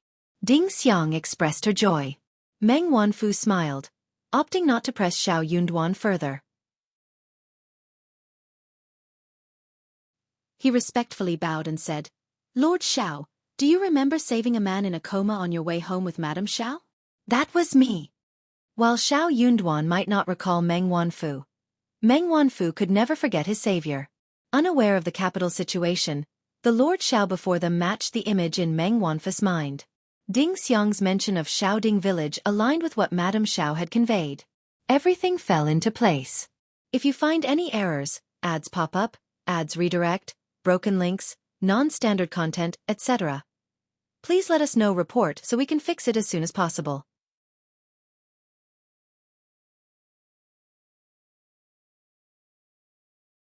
Chapter 1488. What godly luck is this? Xiao Yunduan recollected the incident, widening his eyes in astonishment. That's you. Meng Wanfu chuckled. Indeed. Lord Xiao, both you and Madame Xiao are my saviors. Never expected to cross paths today. Fate works in mysterious ways. Ha ha ha. Xiao Yunduan couldn't help but join in the laughter. Meanwhile, Sun Bai, Sun Qian, and the others were left dumbfounded. What kind of magical spectacle was unfolding? What extraordinary stroke of luck was this? Life, indeed, teemed with surprises. Meng Wanfu continued. Lord Xiao's triumph in the Primus made Madame Xiao incredibly proud. She spoke highly of your village, foretelling a bright future. I remember the person who aided me was also from Xiaoding village. Truly, Xiaoding village is blessed. Little did I expect that you, Lord Xiao, were that person. Ding Xiang chuckled. On that note, Madame Xiao is also my savior. If she hadn't secretly provided me with food back then, I doubt I'd have had the strength to scale the wall, let alone escape. Emotions welled up in Ding Xiang. Xiao Yunduan, at a loss for words, could only offer a helpless expression. After a brief exchange, Xiao Yunduan gathered that their awareness of the capital's affairs was limited. They remained oblivious to the developments between him and his wife or her involvement in Princess Shuangfu's wedding party. Understandably, the distant capital held little relevance to the border soldiers. They seldom concerned themselves with events in the capital, deeming them unrelated and inconsequential. Smiling, Xiao Yunduan added, my wife is among the guests accompanying Princess Shuangfu on her journey to be wed. Initially, she was conversing with the princess and is currently with the envoys, so you... Really? Ding Xiang's eyes sparkled with surprise and delight. Is Madame Xiao truly here? Where can I find her? Xiao Yunduan gestured behind him, and Ding Xiang eagerly rushed toward them. Meng Wanfu chuckled and waved at Xiao Yunduan, expressing respect. Lord Xiao, please. It seems we still have a considerable distance to cover. Lord Xiao, take a rest.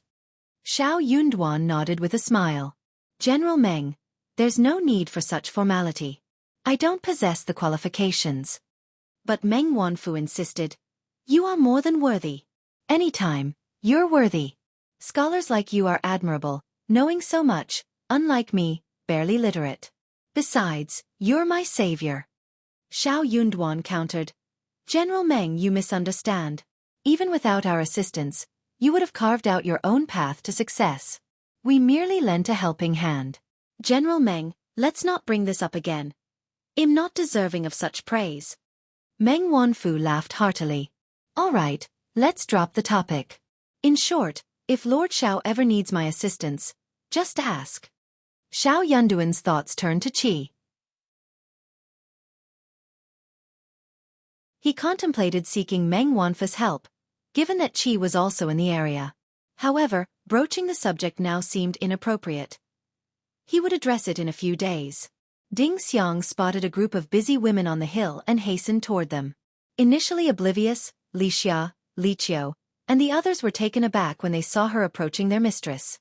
They quickly intercepted her. My lord, you, Ding Xiang burst into laughter and realizing her attire, explained with a smile. I'm a woman just like you.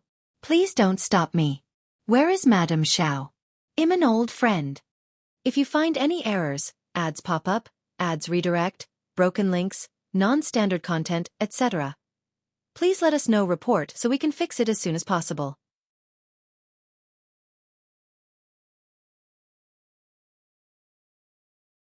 Chapter 1489. Old friend Xia and Qiao were bewildered. An old friend. Ding Xiang scanned the surroundings and spotted Qiao Xian. With a cheerful smile, she waved her hands and called out, Madame Xiao! Madame Xiao! Her melodic voice confirmed her identity as a woman. Xiao Xian looked up and recognized her. Stunned. You are. Ding Xiang spared Xiao Xian the guessing game. Lifting her head, she beamed with a bright smile. Madam Xiao, I am Ding Xiang from Xiaoding village. You visited me that night and brought me food. Ding Xiang. Xiao Xian echoed Xiao Yunduan's surprise, nearly bursting with excitement. Ding Xiang. I knew you would be all right. I had a feeling back then. I never expected this. Ding Xiang chuckled and nodded emphatically. Yes. Imperfectly fine. Despite their brief encounter, the unique circumstances had etched Ding Xiang in Xiao Xian's memory. Meeting an old friend from such a distant place, and with Ding Xiang's warm reception, the two instantly felt a strong connection. As the two groups merged and resumed their journey, Ding Xiang had changed into simple women's clothes and settled into Xiao Xian's wagon. Curious, Ding Xiang inquired about the reactions of her former supreme-grade family after her departure. Xiao Xian candidly shared the details, and Ding Xiang, unfazed by her grandparents' response, flashed a cold smile. Hearing about the rift between Ding Xiang's family and the supreme-grade family due to her death, her eyes moistened. She discreetly tilted her head, wiping away a few tears. Blaming them for their perceived weakness had been a constant, even after gaining wealth. However, Xiao Xian's revelations seemed to dissipate the resentment, bringing clarity. While her awakening came at the cost of her life, the understanding dawned that her death would render it all meaningless. Recognizing the deep-seated issues in her family, Ding Xiang grasped that change wouldn't come easily, especially given her father's history of oppression and her mother's meek nature. As Xiao Xian reassured her about her family's well-being, Ding Xiang found solace. The news of her supposed demise, while initially upsetting, ultimately reassured her of their love. Even with a changed heart, the familial connection remained in her blood. Grateful for not having perished, Ding Xiang found comfort in Xiao Xian's words. She expressed her joy and proposed calling each other sisters. With a nod and a smile, Xiao Xian agreed. If you don't mind, we can indeed call each other sisters. If you find any errors, ads pop up, ads redirect, broken links, non-standard content, etc., please let us know. Report so we can fix it as soon as possible.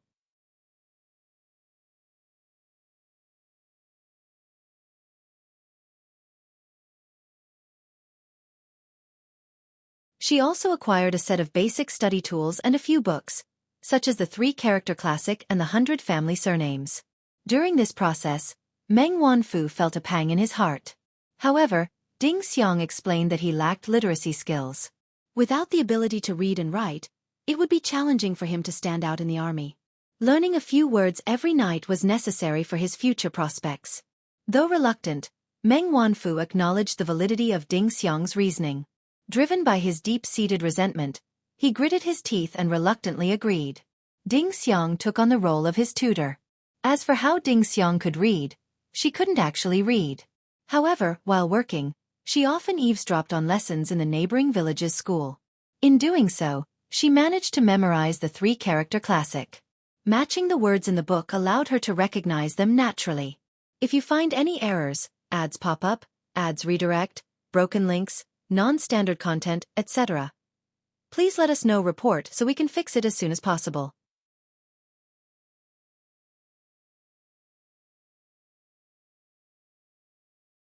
Chapter 1491. Foothold. Meng Wanfu believed in her and admired her. Subsequently, Ding Xiang employed this technique to instruct him in recognizing commonly used words. She went on to purchase several history books, narrating tales of the 36 strategies, historical anecdotes, principles, and more from the books. Meng Wanfu became even more impressed, feeling his own intellectual limitations. He found it challenging to grasp so much merely through reading. However, 50 taels of silver proved insufficient. In the provincial city, Ding Xiang acquired a subpar eyebrow pencil, investing over 10 taels in novel-looking paper flowers to sell to the embroidery workshop. Despite the flowers appearing novel, their actual value was limited, and the embroidery workshop was unwilling to pay a high price. After negotiations, they settled for a sale of 4 taels of silver. Ding Xiang then designed 2 sets of jewelry and sold them to a shop for 12 taels. The duo expended 10 taels to hire a carriage to Jianghu City and procured 200 caddies of tea leaves from Yuzhong.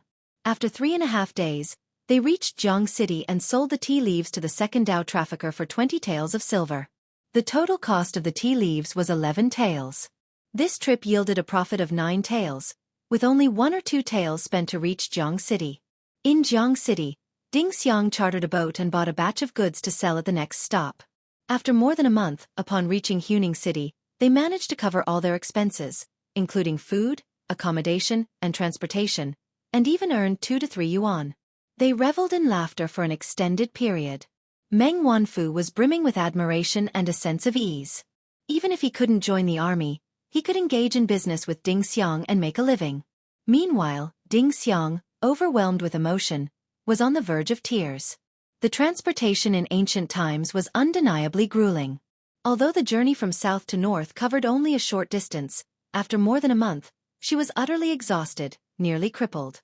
Despite her diligent efforts in accumulating goods, her earnings were meager. When they reached Huning City, they still had 65 taels of silver. Ding Xiang decisively took Meng Wanfu and spent 10 taels of silver to rent a small courtyard for a year and a half. Planning to stay for an extended period, staying in an inn, which would burn through too much money, was not an option. Meng Wanfu's luck proved favorable. In less than half a month, news of conscription spread. He was promptly selected, without any suspense. However, following Ding Xiang's advice, he didn't rush to stand out. Keeping a low profile, he proactively made friends. Only when appropriate did his superior, accidentally, discover that he not only knew how to read but also possessed knowledge of military tactics. Consequently, he swiftly became a member of a general's personal army. Later, Ding Xiang devised a plan for him, and with his intelligence and the fortune of survival, he thrived. Meanwhile, with Meng Wanfu managing her business in Huning City, Ding Xiang's enterprise flourished. She became a renowned businesswoman in the city. Naturally and seamlessly, the two of them married 2 years ago. Meng Wanfu respected and indulged Ding Xiang, never imposing restrictions. When someone offered him a concubine, Ding Xiang wielded a whip and kicked at the door, nearly scaring the person to death. Now, in the military camps around Huning City, everyone knew that Madame Meng was formidable and possessive. No one dared to present General Meng with concubines anymore. Curious about their well-being, Ding Xiang inquired about Xiao Xian and Xiao Yunduan. She couldn't help but express concern. "Sister, you're a kind-hearted person. I fear those madams and young ladies in the capital aren't to be trifled with. Have they mistreated you in the capital? Will Lord Xiao protect you? If you find any errors, ads pop up, ads redirect, broken links, non-standard content, etc. Please let us know. Report so we can fix it as soon as possible."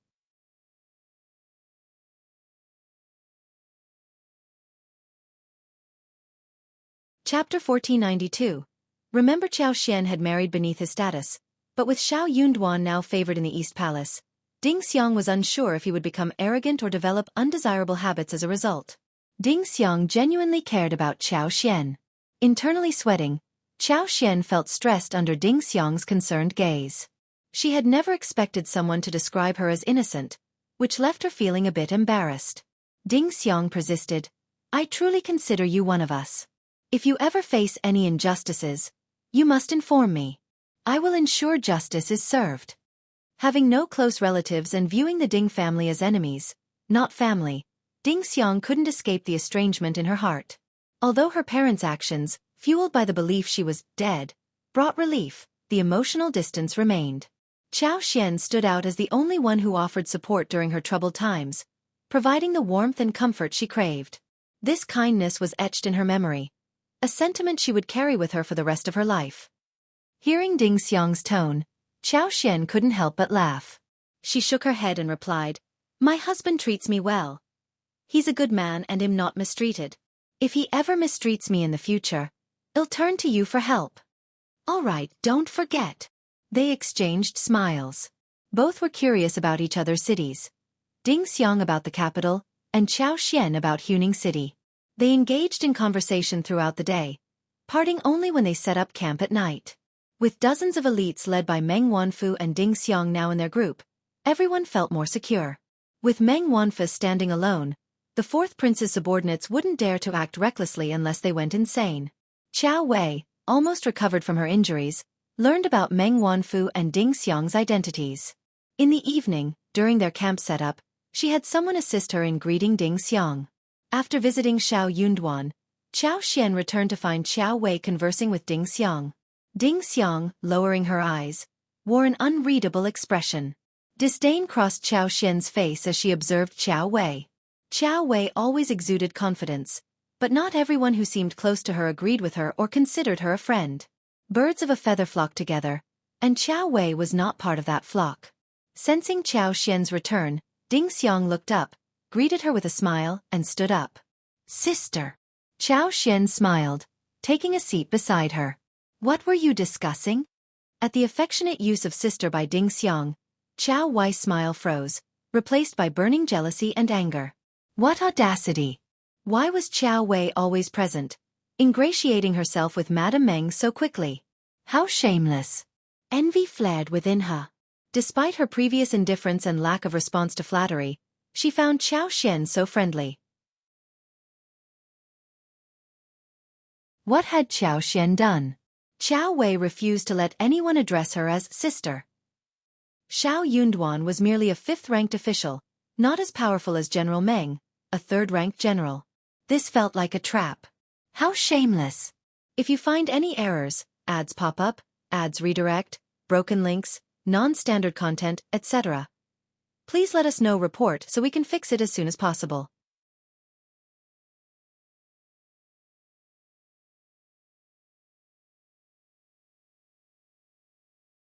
Chapter 1493. Wretched woman. Ding Xiang glanced at Qiao Wei and smiled faintly. Just some casual gossip. Qiao Wei immediately chimed in. Exactly. Ms. Ding is so amusing, forthright, and knowledgeable. Conversations with her are like a refreshing breeze. So enlightening.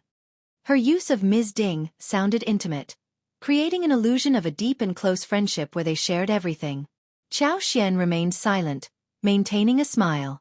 Qiao Wei, sensing Qiao Xian's displeasure, felt a surge of pride. She turned to Ding Xiang with warmth, saying, Ms. Ding, you've had a tough day. Make sure to eat well and rest early. There's not much entertainment here in the wilderness, and you must have endured a lot. When we reach Huning City, we'll host a banquet in your honor. Ding Xiang, smiling faintly, replied, We're very close to Huning City, not really in the wilderness. Besides, I'm not that delicate, let alone aggrieved. I've lived in Huning City for a few years. Qiao Wei forced a smile. You're truly an admirable woman. We owe it to General Meng and Ms. Ding's assistance today. When we arrive in Huning City, we'll make sure to treat you well and express our gratitude. Ding Xiang nonchalantly shrugged. Sounds good. I'll be waiting for your hospitality and thanks. Qiao Wei, forcing another smile, said, Certainly, certainly. Oh, I need to have a private chat with my sister now. Miss Qiao, would you mind giving us some space? Qiao Wei froze, anger simmering within her. She was about to burst from the praise Qiao Xian received, yet now Ms. Ding was requesting privacy to speak with her sister, a clear signal to keep her distance after all the flattery. Ding Xiang threw a glance at Qiao Xian and smiled. Sister, I'm not an outsider, and we used to be related by blood. You won't mind, will you? Qiao Xian, recognizing the theatrics, understood Ding Xiang's intentions. Her response was clear and straightforward. I do mind. Qiao Wei, appearing shocked and hurt, glanced between Qiao Xian and Ding Xiang. Ding Xiang burst into laughter and said, Miss Qiao, please. Chased away once again, Qiao Wei couldn't bear to stay any longer. Face alternating between red and white, she bit her lips and declared, I know you've always had a prejudice against me. In that case, I won't be an eyesore to my sister. Ms. Ding, I'll speak with my wife later. Ding Xiang smiled, offering no reply. Qiao Wei left, trying to maintain composure, and Ding Xiang couldn't help but express her disdain. What a wretched woman! Men seem to like this kind of woman the most, the easiest to deceive. When I see her, my hands itch. I really want to whip her a few times. Qiao Xian chuckled. Only a brainless man would fall for someone like her, so who cares about him? True. The two women exchanged a knowing look and laughed. Qiao Xian, concerned that Ding Xiang might be deceived by Qiao Wei's shameless demeanor, share the history of their grudge. Ding Xiang, outraged, sympathized. You're so innocent and kind. It's no wonder you were bullied so badly by them. Fortunately, everything is in the past now. If you find any errors, ads pop up, ads redirect, broken links, non-standard content, etc., please let us know report so we can fix it as soon as possible.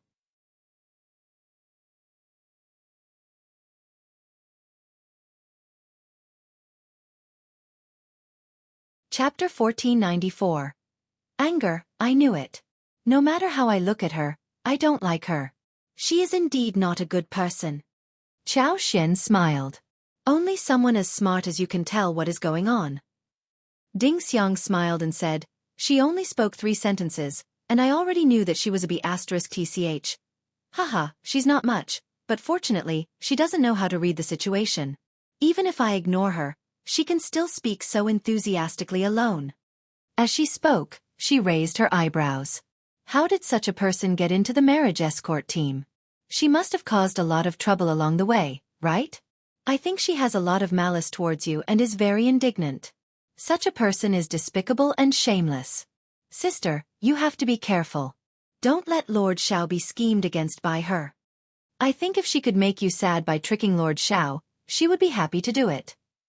Qiao Xian was convinced. Ding Xiang was so straightforward. Qiao Wei was not only happy to do it, but she had already done it. She just failed.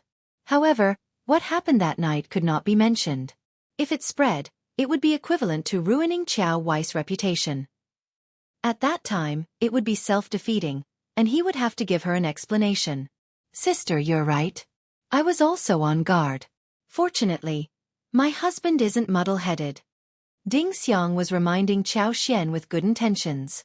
Hearing Qiao Xian's words, she knew that both of them were not on good terms with Qiao Wei. She smiled. Lord Xiao is indeed the primus, different from other people. Soon, it was time for dinner. There was no village or shop. Dinner was nothing more than roasted meat, boiled water to make tea, and cooked a pot of porridge. If they were lucky, they could get some green vegetables and bones to make a pot of soup. If they were unlucky, they could only drink a bowl of porridge and a bowl of tea to relieve their boredom. When Ding Xiang and the others came out, the dry rations they brought were still very fresh. Although they were hard and could be used as bricks to smash people, they tasted delicious after being soaked in meat soup. After dinner, Ding Xiang ignored Qiao Wei who was buzzing around like a fly, so she took Qiao Xian for a walk and walked around for a while before they came back. Qiao Wei had not recovered from her leg injury yet, so she could not follow him at all. She could only watch as he gave up, feeling very resentful. She was sure that Qiao Xian had said bad things about her in front of Ding Xiang, so Ding Xiang disliked her and ignored her. When she saw Qiao Xian, she looked as if she wanted to eat her up. Seeing her expression, Qiao Xian guessed what she was thinking. She chuckled inwardly. She had told Ding Xiang a lot of things, but she was telling the truth. She had never wronged Qiao Wei. Qiao Xian did not explain her relationship with Ding Xiang either. It was not until they arrived at Huning City and moved into the station that Qiao Xian told Qiao Wei about Ding Xiang's identity with a smile. Hearing the blank look on Qiao Wei's face, Qiao Xian could laugh for half a year. Qiao Wei was so angry that her face turned pale. She gritted her teeth. So that was what happened. So Ms. Ding was from Xiaoding village, and Qiao Xian had helped Ms. Ding a lot when she was still in Xiaoding village. That was why Ms. Ding had been so close to her from the beginning. It was no wonder that Ms. Ding had a strange look in her eyes when she said some words about Qiao Xian. Thinking of her schemes, Qiao Wei felt both embarrassed and annoyed. That damn bitch had played her like a fool. If you find any errors, ads pop up, ads redirect, broken links, non-standard content, etc., please let us know report so we can fix it as soon as possible.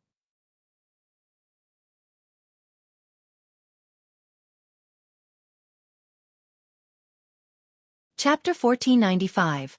Returning to Huning City, they finally arrived at Huning City safely. Everyone heaved a sigh of relief. They had finally returned to Great Qin's territory. Although Huning City was still far from the capital, and it would take at least half a month to return to the capital, this was still their own territory. At least they could stay in an inn every night. If they were lucky, they could even stay in a courier station. It was much better than those in the wilderness. Everyone had been frightened along the way, so Xiao Yunduan ordered them to rest in Huning City for 3 days and then return to the capital. In these 3 days, everyone had to sell all the goods they brought back from Qingdi. Only very few valuable items were allowed to be stored in their respective luggage.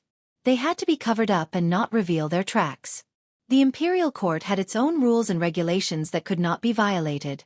If they openly transported goods back to the capital, it would be too unbecoming of the imperial court. When Ding Xiang found out about this, she waved her hand and called the shopkeepers and stewards under her to wrap up all the goods and give everyone the most favorable price. Everyone was overjoyed and praised General Meng's advanced righteousness. Meng Wanfu sent more than half of his men back to Baiming Pass, leaving only a dozen guards to stay in Huning City with Ding Xiang for a few days.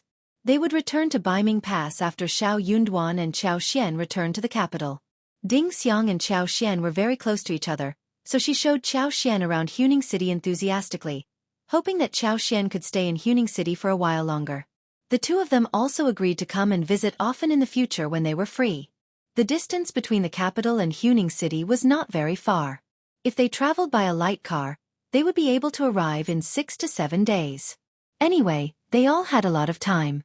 Knowing the relationship between Ding Xiang and Qiao Xian, Qiao Wei felt too embarrassed to approach Ding Xiang again. Although she wanted to join them, she realized it would only result in embarrassment. While Qiao Xian and Ding Xiang were out exploring, Qiao Wei refrained from following them. However, upon Qiao Xian's return to the station in the evening, Qiao Wei angrily stopped her to vent her frustration through complaints and mockery. Lixia, Qiao, and Mianmian's expressions darkened, their desire to give Qiao Wei a few slaps evident. Despite the provocation, Qiao Xian had no time to engage with her. She started scolding Qiao Wei, but abruptly pushed her away and left. Furious, Qiao Wei struggled to catch her breath and went back to her room, unleashing her anger by cursing loudly and even smashing a few decorations. Qiao He, who had recovered from her injuries, tried to calm Qiao Wei down. Qiao Wei, seething with rage, questioned her in a low voice. "Why are those people so useless? The sluggish pace on the road has delayed us for so long, and they still couldn't shake them off." Filled with frustration, Qiao He shared her thoughts, realizing that a faster pace would make slipping away easier. The slower they were, the more stable and vigilant they became, making it challenging to execute any plan. Reflecting on the failed encounter with bandits, Qiao He comforted Qiao Wei before heading to the kitchen to fetch her some food. Despite plans for a banquet, Qiao Wei, still seething with anger, decided to dine alone in her room. If you find any errors, ads pop up, ads redirect, broken links, non-standard content, etc., please let us know. Report so we can fix it as soon as possible.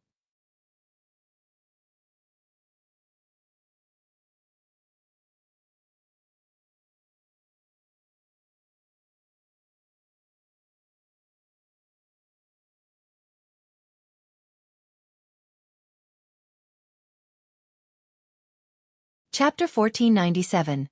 Truth. But how could Qiao He do this? Why? How dare she? Whose idea was this? Qiao Wei felt a sudden wave of terror, unable to comprehend what she had done to warrant such treatment. Seeing her dazed and confused state, Lixia compassionately explained, "Miss Qiao, this may seem perplexing. Why would Qiao He want to end your life? The answer lies in the strategic implications. Your demise here in the relay station would cast our lord and madams as the prime suspects. They would be defenseless. As an officially registered escort, your death would provide ample grounds for accusation. Our lord would find himself trapped, unable to escape prison. His reputation might be tarnished, and he could even face mortal danger. In the grand scheme, you're just a pawn strategically employed to target our lord and madam." Qiao Wei collapsed to the ground, a thud resonating through the room. All vitality seemed drained from her, her face drained of color as she stared ahead with vacant eyes. "Impossible, this is impossible," she protested, but the chill in her heart grew with each passing moment. She wasn't naive. Many things became clear with a bit of thought. The rift between her and Qiao Xian was no secret, and the long-standing grudge between the Qiao family and Qiao Xian was well known. The ongoing conflict with Qiao Xian was a public spectacle, yet everyone chose to turn a blind eye. Recalling the heated argument with Qiao Xian today, She realized He had deliberately fueled the flames with provocative words. Anger clouded her judgment, prompting her to intervene and stop Qiao Xian from further quarreling. It was also He's idea to skip today's banquet and deliberately stir up trouble for them. But after the events that unfolded today, culminating in her being poisoned to death, did most people assume Qiao Xian was the culprit seeking revenge? Qiao Xian's audacity stemmed from the backing of Xiao Yunduan, the crown prince's favored minister. With such support, she recklessly pursued her agenda without concern for consequences. Li Xia was correct. Xiao Yunduan was the primary target of this intricate plot. Qiao Wei was merely a pawn meant to be sacrificed. Escaping suspicion for murder was a formidable challenge for Xiao Yunduan, given the tangled web of old and new grievances, coupled with the encouragement provided. The orchestrator behind the scenes wouldn't allow him an easy escape. It made sense. Qiao Wei bit her lip so hard it almost bled. It dawned on her why someone had sought her out, compelling her to join the escort team. The incentives presented were tempting. They wanted her to keep tabs on Qiao Xian and Xiao Yunduan, stirring up trouble to eliminate them. In return, a life of wealth awaited her.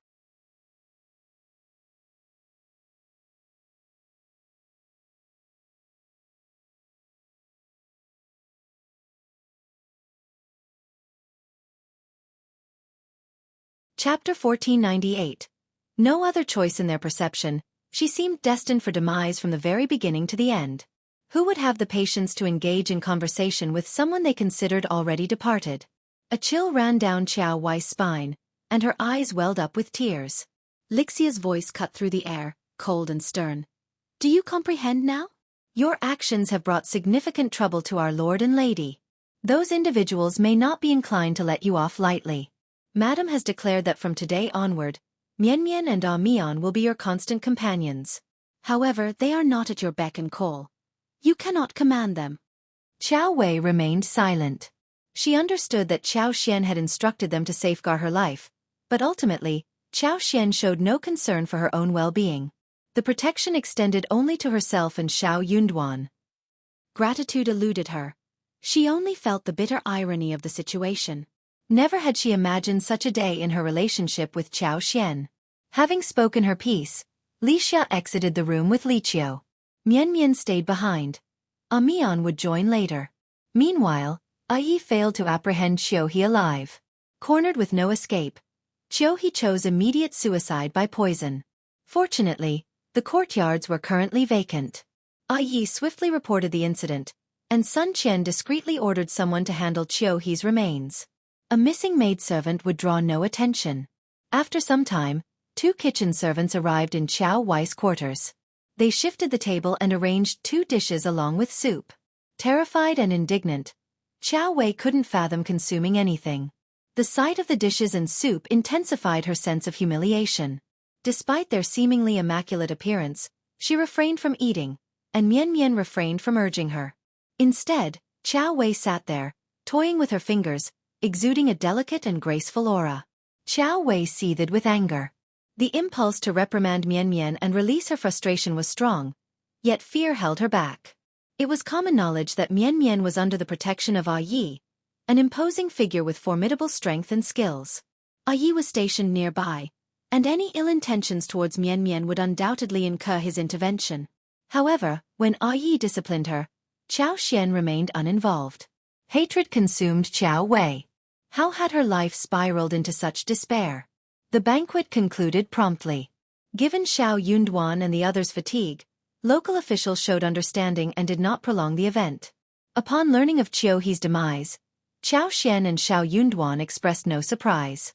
The 4th prince was evidently confident enough to orchestrate her downfall right under their noses.